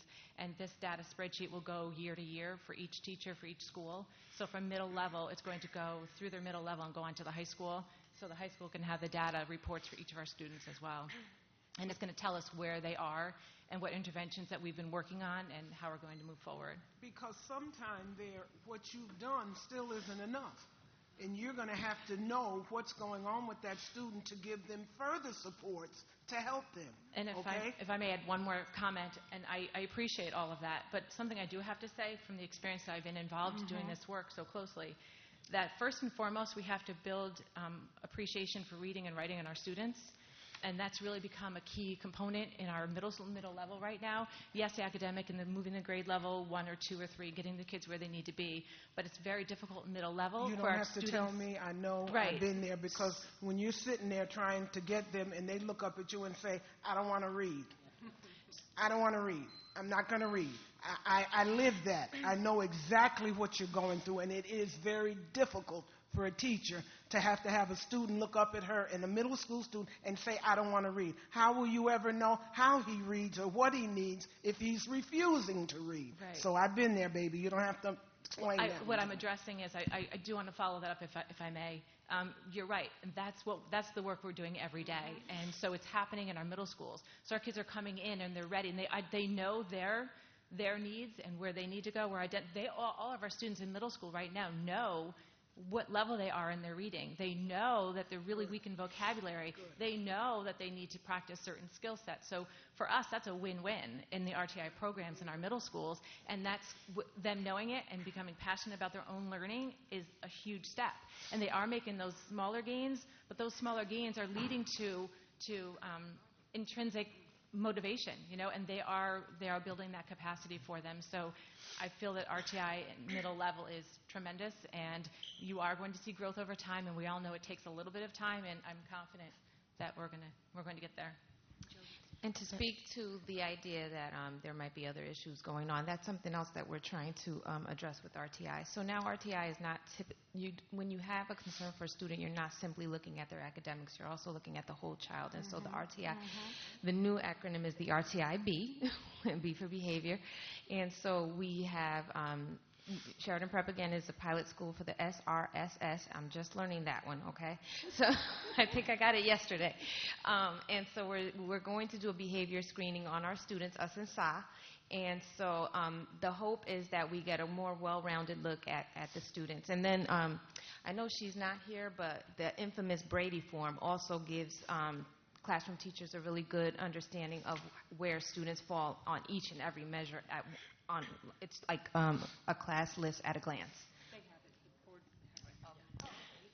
And at the high school level, I guess I should back up a little. I mean, since Karen, really made a district RTI team probably, 2 years back now, and the board approved the K through 12 plan, we were really able to come together and create systems for those transitions. So, we already had in place the students that were mandated by the state to receive AIS services, but after, I think Karen and Robin and I, all getting together, we were able to identify students. So the middle school counselors, teachers are working with the high school counselors and RTI teachers, looking at 5 different data points to identify those students prior to coming into the high school.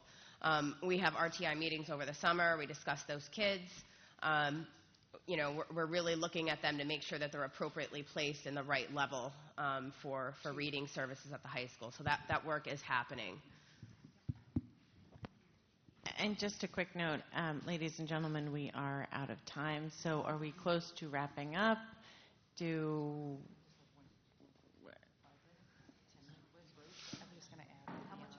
You're all done?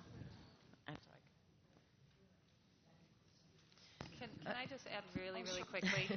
Beyond SPA, I want to say that, RTI, I think a lot of times we say they're getting RTI, RTI is a framework that shapes our process, which is why the handbook that you have is kind of vague and blurry at times, because what we wanted is every building has its own set of unique needs, its own available resources and staff.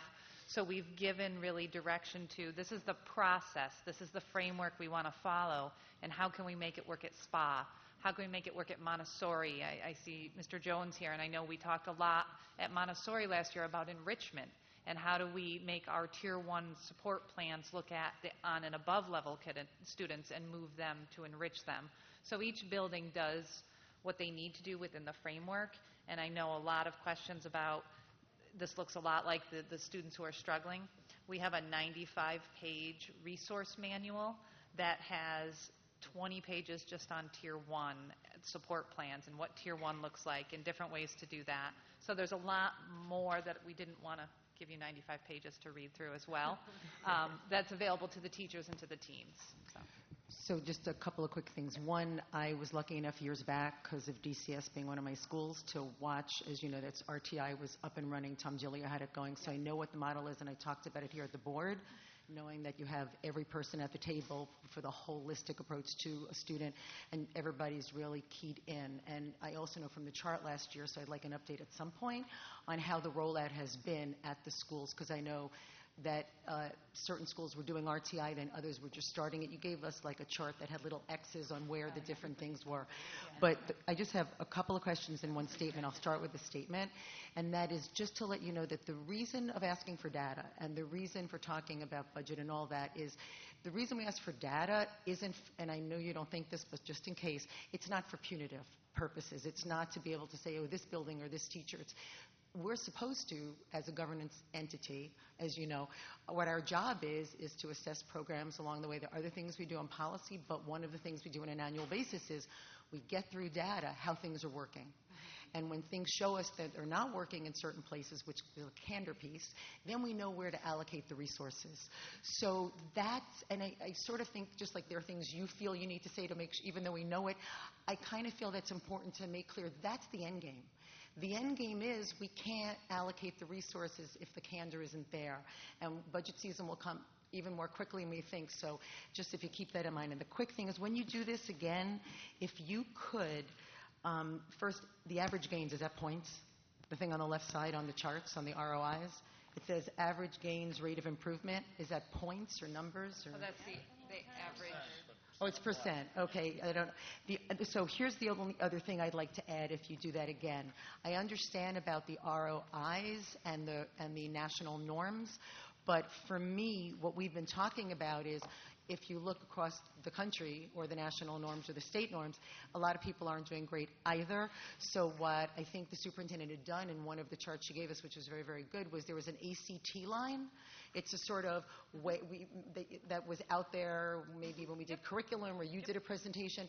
It would be great because, again, I don't think it's lack of candor, but we don't get the full picture.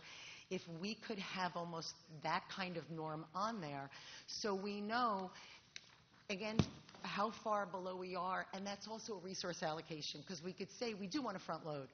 We want to give you more resources there, and we won't come back again to that, what I always joke about, the 0.5 GIF and reading teacher. We know you need more, and we know that it is taking from one place and giving to another, but help us be able to do that. So thank you so much for all your work. Thank you. Oh, go ahead. So Sue asked that question. Is it percent, or what is it? That number on the... You want the average gain on that side? Is that? That's actually so Aimsweb gives an average rate of improvement by week. And this is, so I'm looking from fall to spring, it's how many items correct, essentially. So it's dependent on the task. Kindergarten was letter names. How many letter names have they gained versus what's expected in a year, and a fluency measure. So how does a real number equate? We don't understand that. That left thing, we don't, obviously we really don't understand. It's the number correct. So if I look at the national rate of improvement target for kindergarten, it's approximately 33, it looks like. So they are expected between fall, 50th percentile says you have to have 13 letter names correct in a minute because it's a fluency measure. Spring, maybe you have to have 47 correct. That is a gain of 35 letters in a minute throughout the year. Okay. So we're a Board of Education. We're not educators. And you guys didn't provide us with the 95 pages, but you provided us with 65. And I feel like there was a point at which none of us really fully understood what was going on. So I'd really like to see an improvement in that so that, like in the 15 minutes you're given, we can figure out what's going on. All right, thank you. Thank you, though, for a lot of work. Yeah. Thank you so much. We appreciate it. Next up, grade configuration. Mr. Hendricks.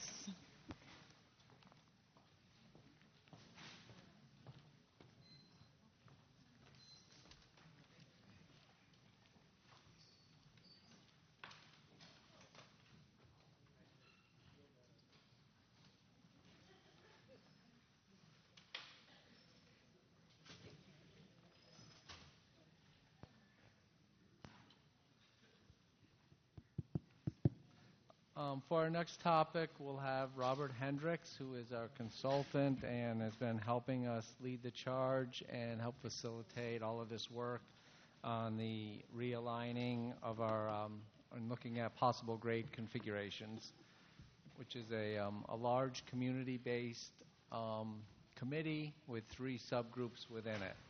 So we have a very aggressive schedule, and Robert's been working hard to keep us focused and keep us moving. Thank you for spending the time. I know this is valuable time that to spend with the Board of Education, and I'm happy to give you an update of where we are. First of all, we wanted to show you a little bit about the original RFP that you sent out, which is an addendum to our contract as we move forward, so that you get an understanding of exactly what we were asked to do, and we'll talk a little bit about what we are doing. First of all, I want to let you know that the steering committee is filled with, to a person, an incredibly committed group. I mean, we're so blessed to have 30 to 40 people every meeting sitting around the table, really engaged, and it's been gratifying to hear the discussions, to be able to be present, to hear what's being said, and to also hear the ideas. And I'm impressed by the collegiality and the collaboration that's happening with this group. So first of all, if you look at the original scope of services, Based upon anticipated enrollment, the district would like to explore alternative facility utilization scenarios. As you know, we've been doing that. In fact, we started last year in helping the district have some short-term measures regarding what could be done with grade configuration. The next slide, I guess we're having a little bit of problems with the hookup. The next slide talks about looking into the various aspects of where we are supposed to be looking. For example, early childhood centers, what should be the impact of removing pre-K classrooms from our buildings? So we are looking at that. As you know, we have 3 subcommittees, and we'll talk a little bit about what those subcommittees are. And those subcommittees are looking into each of these issues. The next slide talks about elementary K-5 schools and gives 3 scenarios that we need to look at. And we have all the data to look at that, and we are looking at each of those scenarios. Then the following slide talks a little bit about 6 to 8 schools. Again, 3 scenarios, looking at a 3rd middle school, looking at converting North Albany pre-K-8 to a 6-8 school, and the scenario 3, converting the ALC at North Lark Street to a 6-8 school. We have looked at all those scenarios, and the facility subcommittee is looking at that as well.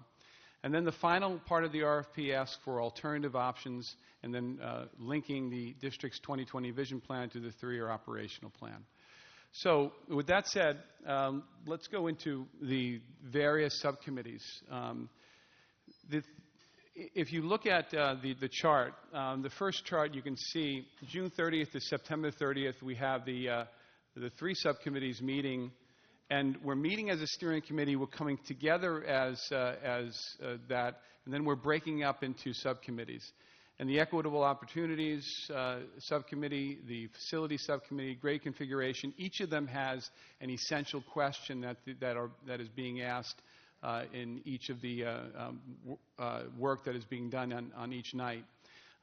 And we have really gone far down the line with several of these options that have allowed us to look at and really look at taking the universe of options and narrowing the focus. And so we're not there yet. We have a long way to go, but some great information has come out. And we have one more meeting this month to begin the process of getting through those essential questions and then moving then to looking at some bigger picture issues. So from October 1st to 15th, we're looking to cross-pollinate those subcommittees, and hopefully they'll be able to work together in establishing, well, here's what we found in our part of the world, in our slice, and how does it dovetail with what has been found by the other subcommittees. So, for example, the Facilities Subcommittee is looking at the various options for facilities. And once grade configuration comes back with some recommendations as to potential grade configurations, then the Facilities Subcommittee will meet with that data, and that data will help us to then look at what are the available options with existing housing, with existing facility inventory, and potential facility inventory. So after that, on October 15th, the steering committee will meet again as an entire steering committee. We'll be reviewing all of that subcommittee data. Then in November, on November 17th, there'll be a second community summit that will look at where the facilities, the steering committee has gone and what the steering committee has done, what some of the findings. By then, we're also commissioning an enrollment study that will update your enrollment study, that will give a 10-year demographic forecast that's absolutely needed right now because the data is not quite matching up with your enrollment forecast before, and how could it? It's such a volatile situation with enrollment. So we need to have some solid numbers on which to base this. Without those solid numbers, the facility recommendations that will ultimately be made and the grade configuration recommendations will really be meaningless. We need to have some solid numbers on which to work. And so after the second community summit, getting some input regarding what the steering committee has done, we'll then come back and review the community input findings. We'll take all of the data that we have as a subcommittee and then come to some options that we'll present in a draft report. Here is the milestone schedule that we've put together.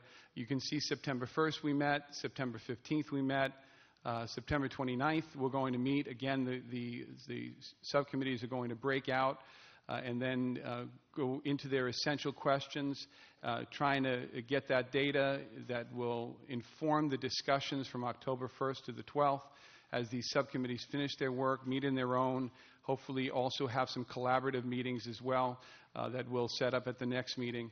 And then the steering committee, again, will meet. We'll update the school board on October 29th. Then after that, November 11th, the steering committee will meet again. November 17th, we'll have the education summit. November 19th, we'll update the school board on what happened at the education summit, where we are. At that point, we will have really progressed very well. So we'll be right at the point where we'll be beginning to make create some options, take some options off the table. December 3rd, the steering committee and then subcommittees will meet. And then we are looking at a preliminary report to the school board on December 10th. So that is our timeline. After that, from December 11th to the 31st, we're looking to get input from the board, whatever needs to be done in order to process that and refine the draft options that have been made. And then ultimately, in January, the board will review the refined work of the steering committee and consider taking action for September 2016. Just wanted to remind you also that all of the subcommittee summaries, both written and also in video form, are at realigningsopportunities.com, and that can be accessed by the public. It's currently linked on your website, and also it gives you a kind of a window into what the subcommittees and the steering committee are doing. So with that, I'll open it up to questions. I know that was very quick.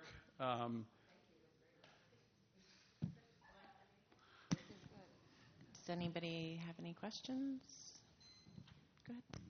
Can you give us a little bit of a preview, sort of a setting up of what you're expecting the next summit to look like? What kinds of questions you're expecting members of the general population to participate in? I know we have a lot of work to do before we get there. I'm not asking you to say what specific things are going to be asked, but just an outline of the way we work. Absolutely. I anticipate at that time that this canvas that is beginning to be filled in will have some inchoate pictures, an outline. I know inchoate was the wrong word, but an outline of, I know Sue is saying, Robert! So outline of where we're going. In other words, I think we're really going to narrow things down. I've used this example before, but this is one example. At our second meeting of the subcommittees, the grade configuration subcommittee created some principles, and one of the principles was no grade configuration stands in isolation. So and then the steering committee accepted that. That makes sense. And so what does that mean? It means that North Albany will not be its alone pre-K-8. So that was a de facto decision made, and I think by the time we get down to, with all the enrollment data that we should have, we're hoping that our demographer can get done in October, and I believe he can. Then we'll be looking at the facilities options, and the facilities options have narrowed down as well. So at the last meeting, we've narrowed down what the internal options are. We even talked about some external options like Bishop McGinn. By November, a lot of this will be clear, and we'll be able to present information to the public, and we need to get their input as to what they think. If we're moving in a certain direction, like multiple K-8s or a third middle school, let's just say at Lark Street as one of our options, we need to hear what their thinking is on it. And we also need to hear at that point what I want people to say, why did you look at this? Because we want to understand what their reaction to those things will be, so we know what how to fill in the blanks later on, especially if the board adopts that option. We want to be able to answer all the questions that they may have. And we may say at that meeting, we may say, we've been there, believe me, we have all the answers. But it doesn't really matter. If they don't have the answers, then we're way far ahead of the community. So we need to understand where the community is. We need to get their input. We need to kind of get that trial balloon out there so that we get a first blush reaction to some of the options on the table. And that will then help us, because if we're in a place and the community is diametrically opposed to that place, then it would seem that at the next steering committee, the steering committee will seriously say, we need to relook at this, or this needs to fall off the table. And so that's why, and that's what we're going to do hopefully in November. Do we have any other questions? And this goes kind of to you and Bill. Are we starting to think about a school for next year? I know this year just started, but now's the time to think. Yeah, we do think about that. The only two facilities that are known are both for sale on the market right now, one of which we're in currently as a leasee. But yeah, the sooner we know things, the sooner we can hopefully get other things in motion.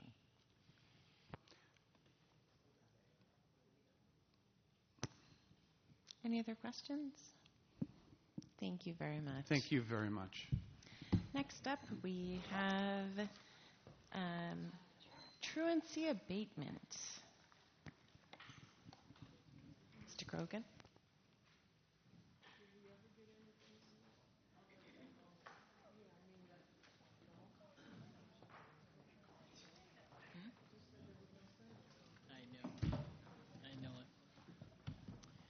I want to take the opportunity to introduce you formally to Anthony Tony Albanese, our new Director of Pupil Personnel Services. You are familiar with Jack Grogan to his left, who is Head of Safety and Security, and Dale Gatto, of course, is no stranger to anyone, as she is a multi-year veteran. How's that? I didn't say decade. I did not say old. And what you asked for was a conversation around truancy abatement. You have a contract that it needs to be approved to continue this work. And so I wanted to make sure that these three had a chance to talk about the program itself, some of the implications, and some of the work that's being done with the community at large. And so I'm not sure, Jack, are you... I'm going to start. Good evening, and thank you for giving us the forum. When I got involved in this, I was kind of new to the truancy abatement program, so I had to do some research myself. And Meg Horan was sitting over there, sent us something, and I kind of want to read this because I read through a lot of paperwork. Tony and I have been doing a lot of work on this, and I think this kind of hits home.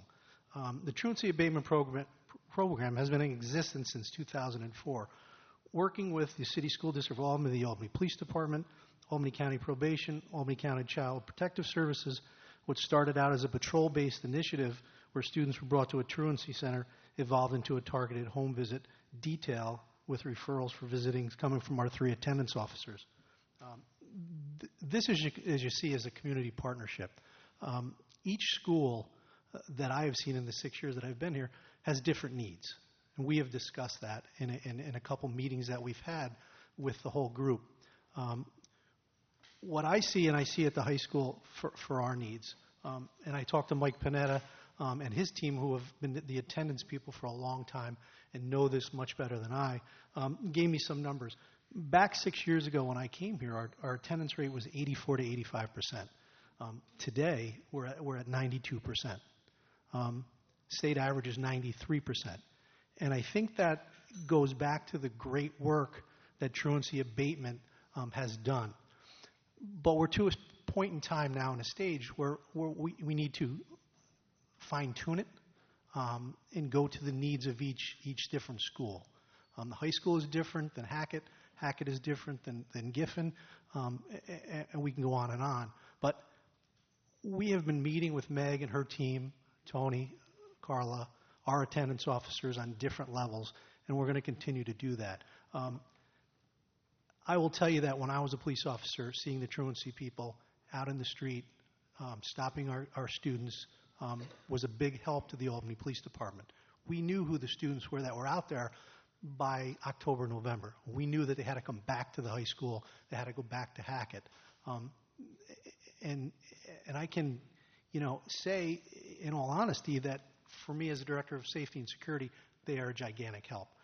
I think we're to the point where we just need to fine-tune this program, and that's what Tony's going to talk about. First of all, I'd like to thank the board and Dr. V for the opportunity to work in Albany. Thank you very much. Let me just catch up to date. We had a meeting on September 10th at Albany High School. We had 23 people in attendance, 13 from the City School District of Albany, and 10 from our community agency partners.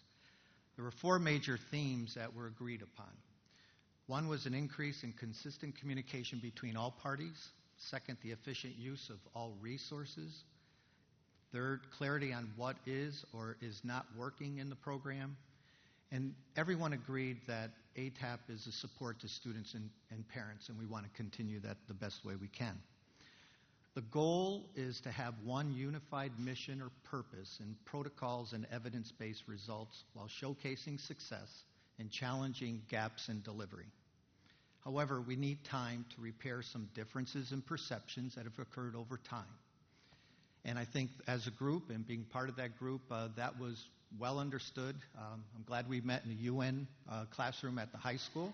I think it was appropriate, but everything was done very professionally.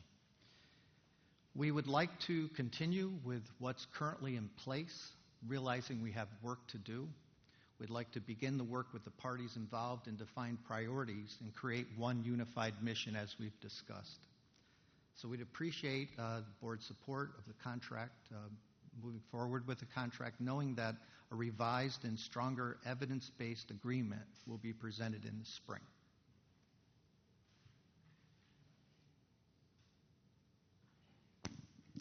Does anybody have any questions? Ms. Adler? It's lovely to meet you. Thank you. I came into the room during interviewing after a few candidates had gone by, so welcome and congratulations. Thank you. And thank you for that report or oral report. The reason I had asked for the high school principal, acting principal, to be here is because with the high school in receivership and the numbers at the school, I want to make sure that if we do pass the contract, with the promise that, of course, we'll hold you to, that there'll be a revised, improved situation coming to us in the spring. When people come to us, just so you know, because you're new, and they say that, and they're candid, and they explain, then I feel like I can responsibly vote to do that. But a second piece, a corollary for me, is to find out whether the high school, especially with its increased numbers, and the building that it's living with, needs more or needs something different.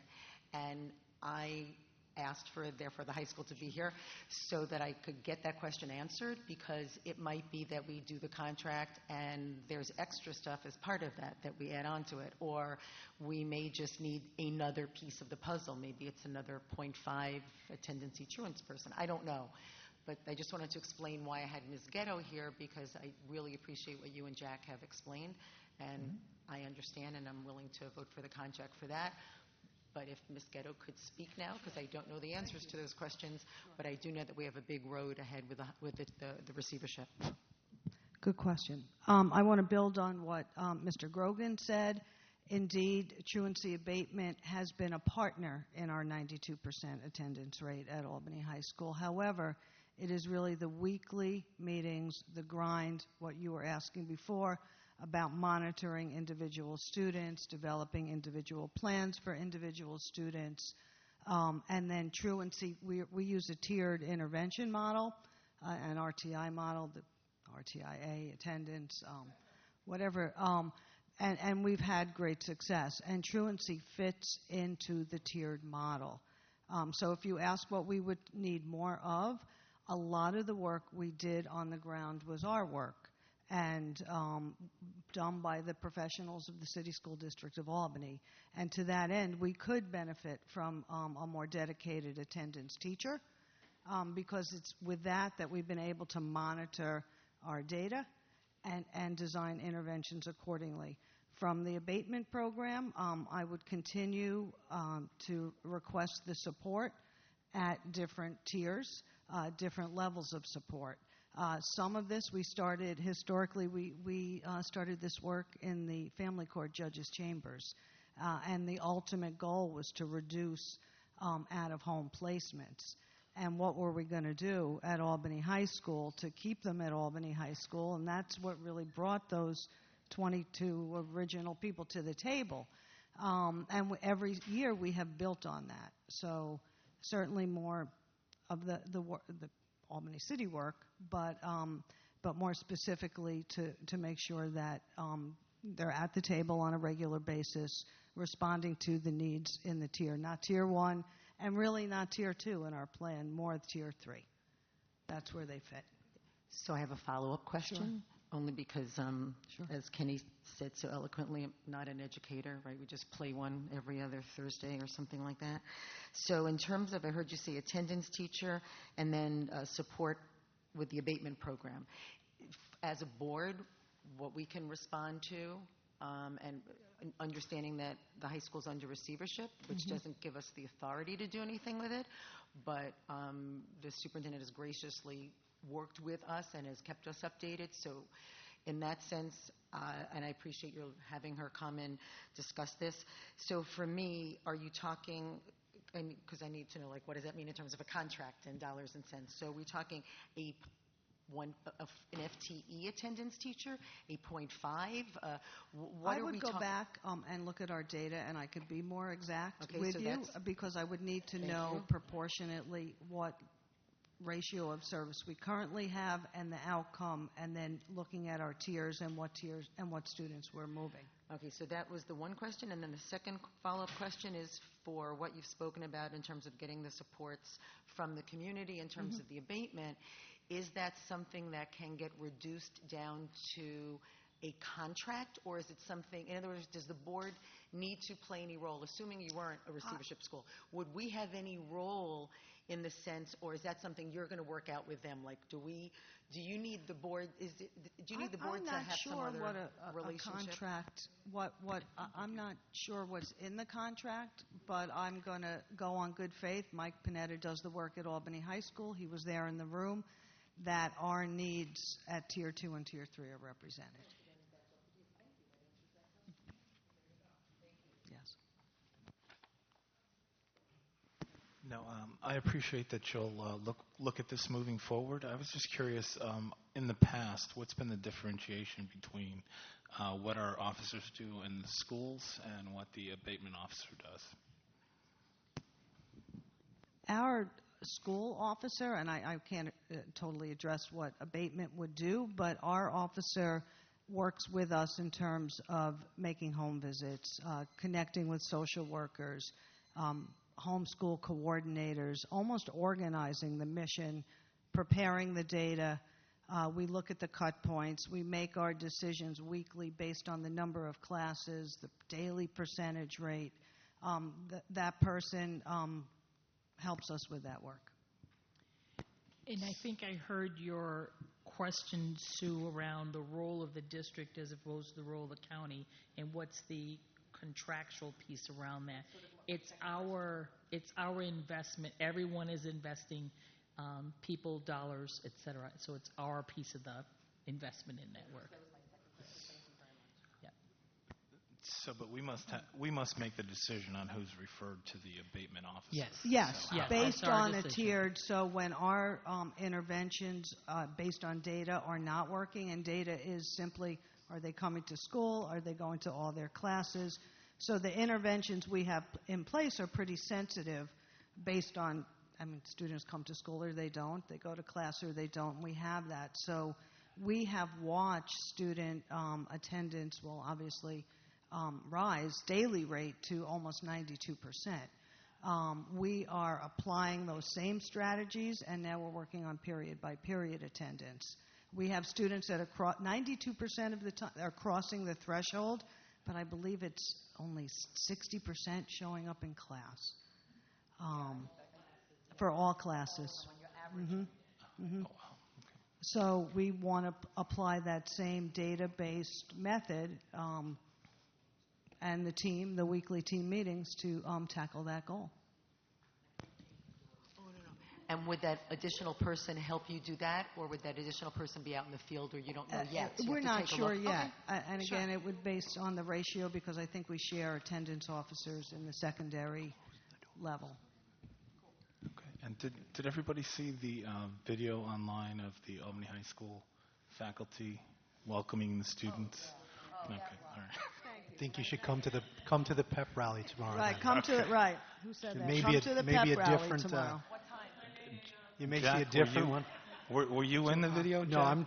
I'm Mr. Bruce. I'm in charge of security, not dance moves. Okay, I just want to say. We're up to 16,000 views on YouTube. Over Thursday, it was over 13,000 views. Right, over 13,000 views on Facebook. Any more questions? Is that everything? Thank you very much, and welcome to the district. Next up, we have proposed positions change. Ms. Callaghan? I got it. I would like to address our proposed position changes. We would like to propose employing elementary assistant principals for our larger elementary schools in place of homeschool coordinators, which we would accomplish through attrition. This isn't in addition to, this is to help support our administrators. And the rationale is twofold. One is to provide administrative support. Elementary principals need additional administrative support to fulfill their role as instructional leaders. At the present time, the day-to-day operations of the building consumes the principal's time. Adding assistant principals will provide more opportunity for principals to visit classrooms informally, to observe the daily instruction taking place, and to collaborate with instructional staff. And it will assist the principal in all of the duties of the building, including instructional leadership, APPR evaluations, and discipline. Homeschool coordinators can't act on discipline without the consent and collaboration of the principal, and homeschool coordinators cannot evaluate any employees in the building. The addition of elementary assistant principal positions in the district will also provide a training ground to groom future building leaders for the district. We have had a number of opportunities for our teachers to become leaders in the district, but we lack a training opportunity for this to occur. It would better serve our district if we had more assistant principal positions, so when we have a need for a building leader, we have our own pool to hire from. As I said, we propose to accomplish this through attrition. We currently have 2 elementary schools with homeschool coordinator vacancies due to resignations, Sheridan Prep and Delaware. Both of the homeschool coordinators who resigned were hired as teachers in the district. So the cost difference between step 1 for an assistant principal and for a homeschool coordinator is approximately $40,000. Our proposal is to hire 2 assistant principals this year, 1 for SPA and 1 for Delaware. And our plan is to, over time, like in the annual budget, maybe we would add 2 a year so eventually that we could get to that. Yes. And then you want me to go on with the Director of Professional Review? Or do you want to discuss that? Sure. As 2 things. One, when we do the description, I always ask the same thing. So now I'll ask it now that you're doing the presentation. When we actually post for the assistant principal, if we haven't already, we will actually put in there the homeschool coordinator duties as well. So those are not falling by the wayside, but the ones that were theoretically supposed to be done by a homeschool coordinator would be done. And then the second piece is for the people coming into the elementary schools for which there may be a more recent person promoted to a principalship, are we going to be putting in any actual formalized process across the board that will start doing the proper training for assistant principals? In other words, as opposed to when they get hired and they come in, assuming that somehow through osmosis and over time they will be able to grow to that job. Yes, we are in discussions right now about a mentoring program for our administrators, and I do have to develop an RFP to go out to try to see what we can do. Okay. We're also meeting with our 5-year and under principals and assistant principals, I think approximately 6 times this year, to really get them in, is it an inoculation or an indoctrination into inculcation? All right, into urban education in Albany. You said you were doing this for only for the larger elementary schools. Correct. How many do we have at this particular time that you have classified as larger elementary schools? I'm talking about schools with over 400 students. And how many are there? There's 8. There are 8? Yes. Okay, so you're going to start this process with filling these 2? Correct. Delaware and Spa. Yes. You will eventually in time fill the others? Yes. Okay.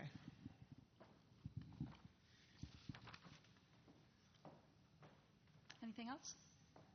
Oh, the assistant principals, they will need, I didn't finish reading this. Never mind, I see it. Thank you. Okay. If you want to move on to the other subject. Okay, yes. The next position we want to discuss is the Director of Professional Review. During the budget process, we discussed the need for additional funds to support the new APPR legislation, and $160,000 was allocated for this purpose. We are proposing to create a Director of Professional Review as the responsibilities for the APPR process have reached a level that demands the full-time attention of an administrator. We are planning on how to address the changes that we will have to implement for next year. Among those changes, how to manage the evaluation of all 700 teachers, how to provide professional development for all evaluators and teachers, and how to prepare for the impending change in the scoring of teachers, which we anticipate will lead to large numbers of professional improvement plans. Due to the new legislation, we are also operating under an entirely new set of rules for tenure. Teachers hired after July 1st are required to receive a rating of effective or highly effective in 3 of their 4 years. Our evaluators will come under increased scrutiny, and we must support them in becoming better at conducting evaluations through embedded professional development. We feel that with the support of this, we will be able to fully implement our APPR plan. This position would fall under the Administrators Union, and the salary schedule would be that of a director. We did allocate $160,000 for this purpose. The starting salary of a director is $110,000, but of course there would be plus benefits. Any questions? What's a master coder certificate? Do I have Mark Place here to explain it in more detail than I can?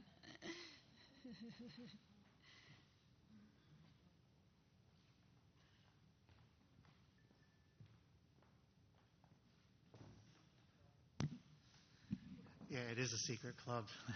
Actually, Cecily probably would have been able to answer best, but she stepped out of the room. Is this Yeah. classified, Mark? Yeah, unclassified at this point, yes.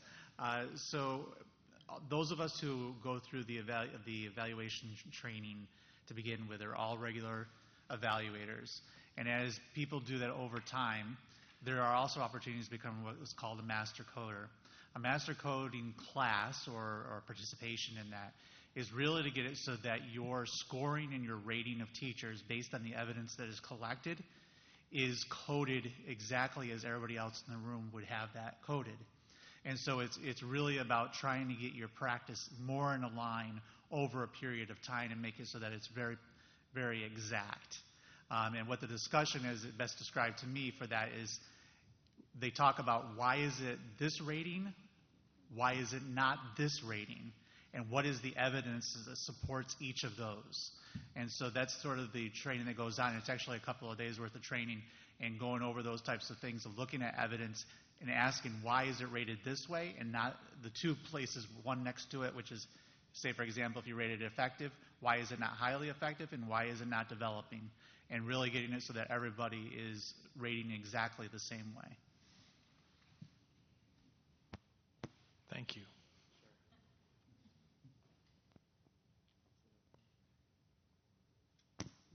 I have a quick question. So in the process of hiring this person, I just want to make sure that will the peer teachers be involved in that?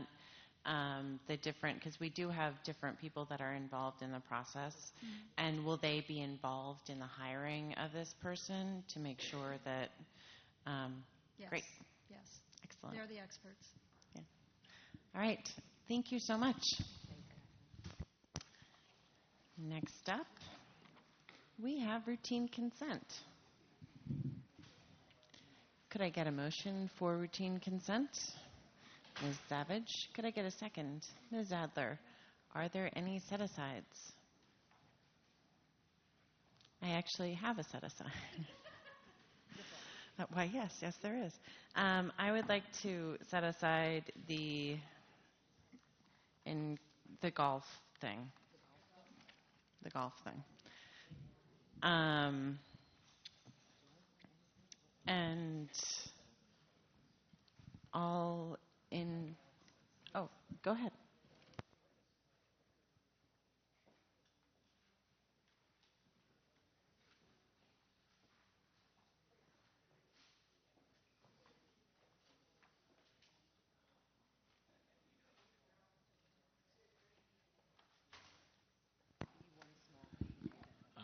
You got that. In the employment addendum B1 small a. In the addendum B. B1 small a. What am I doing? Like hand motion?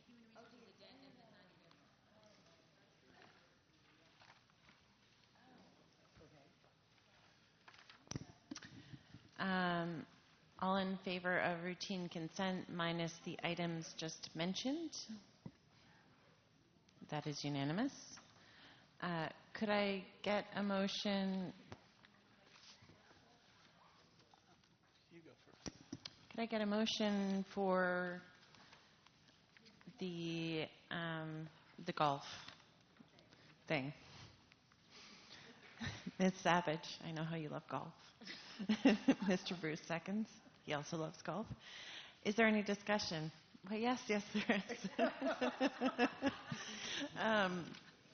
So I just wanted to ask about this because I asked the question about the golf, and my question was for the people in the audience that may not have been aware of my question.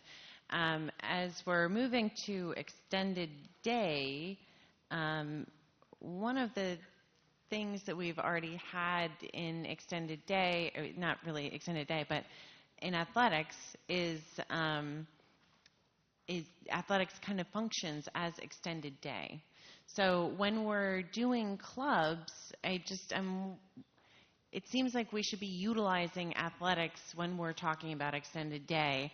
And when I see a golf club, I was curious why that was not put in through athletics so that we could maybe start building a program and include more kids and we have like a path in athletics to really include kids. And I know that we do not have so I got information about the golf club that once was from Kathy Ryan, which is very interesting. 5 years ago we had a golf club, and actually it was fabulous because we had all of our fees waived and the students could just do it, but we didn't have enough students that were interested in doing the golf club, so I had to stop. But that didn't really answer my question on if we're doing, and this is at Hackett, I'm assuming. I'm just curious why we're doing a golf club separate from the athletics department. That doesn't fully make sense to me. I think it's great we're doing it. I'm thrilled that we're doing any club, but why are we doing a golf club separate from athletics? My assumption, because we're all looking to find first I was trying to find a golf club. I thought you meant seriously a club, and then I realized you were talking about something else. The extended day program, my assumption is that the leadership team at Hackett has identified, just like they have for judo, just like they have for video game, just like they have for other pieces, that this is someone who's going to provide this service for kids that are interested. So he has a menu of opportunities, and this is another opportunity. Yes, and I get that. But my question is, why? I believe that we shouldn't operate in a vacuum. We see somebody waving in the back who wants to weigh in.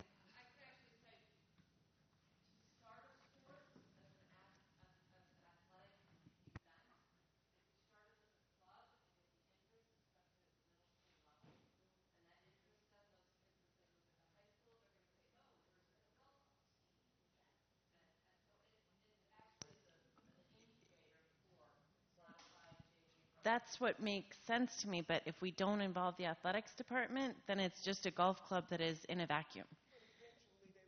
But my question is, they clearly haven't, so that's my question is, are we, but she didn't say. We can certainly bridge that gap. And that's, aside from the golf club, or whatever, not the golf club, but when we're doing that, I think we have a large opportunity when we're talking about extended day. I mean, if we want to do a baseball club, whatever, all these, there were 35 kids that went out for modified soccer and 15 were cut. So there's 15 kids that would want to do a soccer club, So to me, it makes a lot of sense, but we need to actually utilize all of the different opportunities that are there and have them working together to support our students instead of things operating in a vacuum. So can I get just at some point, can I get some information back that we actually are coordinating this golf club with athletics to hopefully someday become a golf team? Fantastic. All in favor of, sorry, there's more discussion. I just wanted to double check that the cost is accurate because it's not the same as the other two. Foolish consistency is the hobgoblin of little minds.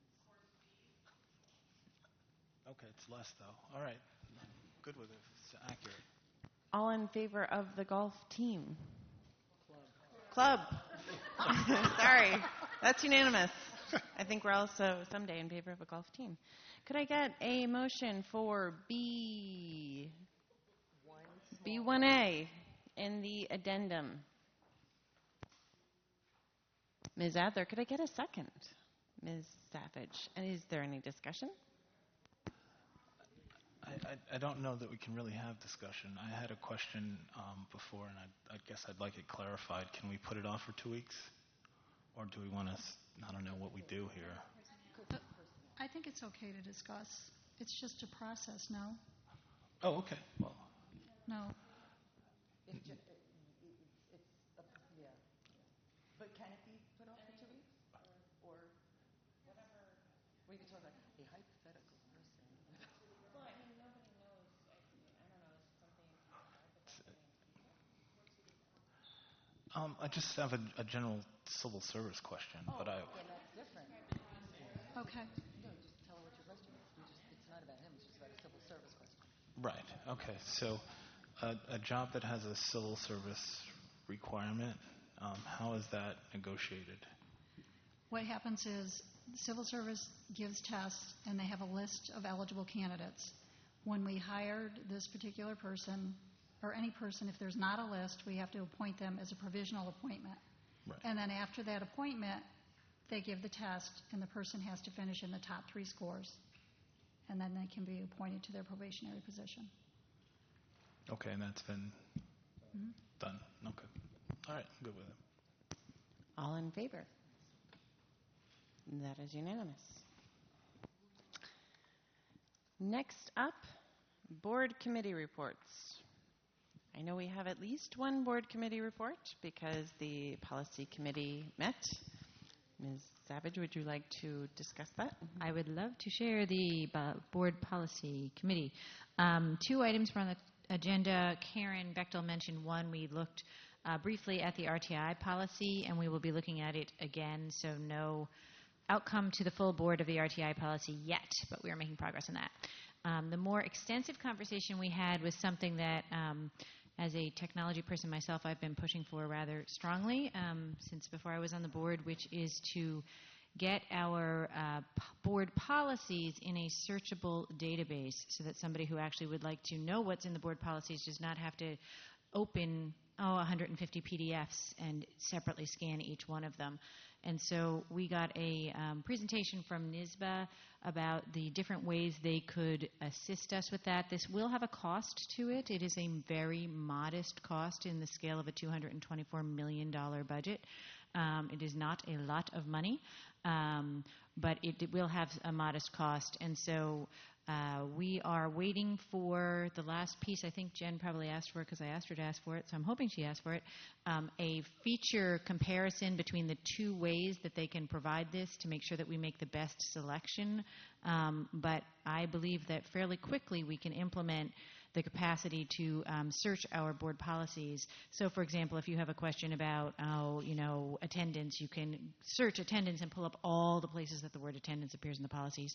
The other advantage of the electronic, several advantages, would be that there will be cross-links both within the policies and to the commissioner's regulations that are relevant to the policies, so that you will no longer have to be like Googling in 17 different windows to figure out what's going on. And there will be archival tracking as we amend our policies. The older policies will be archived so that we will be able to look at transition of policy over time. So I am very much looking forward to that. I think it's a real strike towards openness and transparency in the district, and we'll be continuing on that, and the policy committee will make a recommendation to the board rather shortly on that. And if I could just follow up one thing.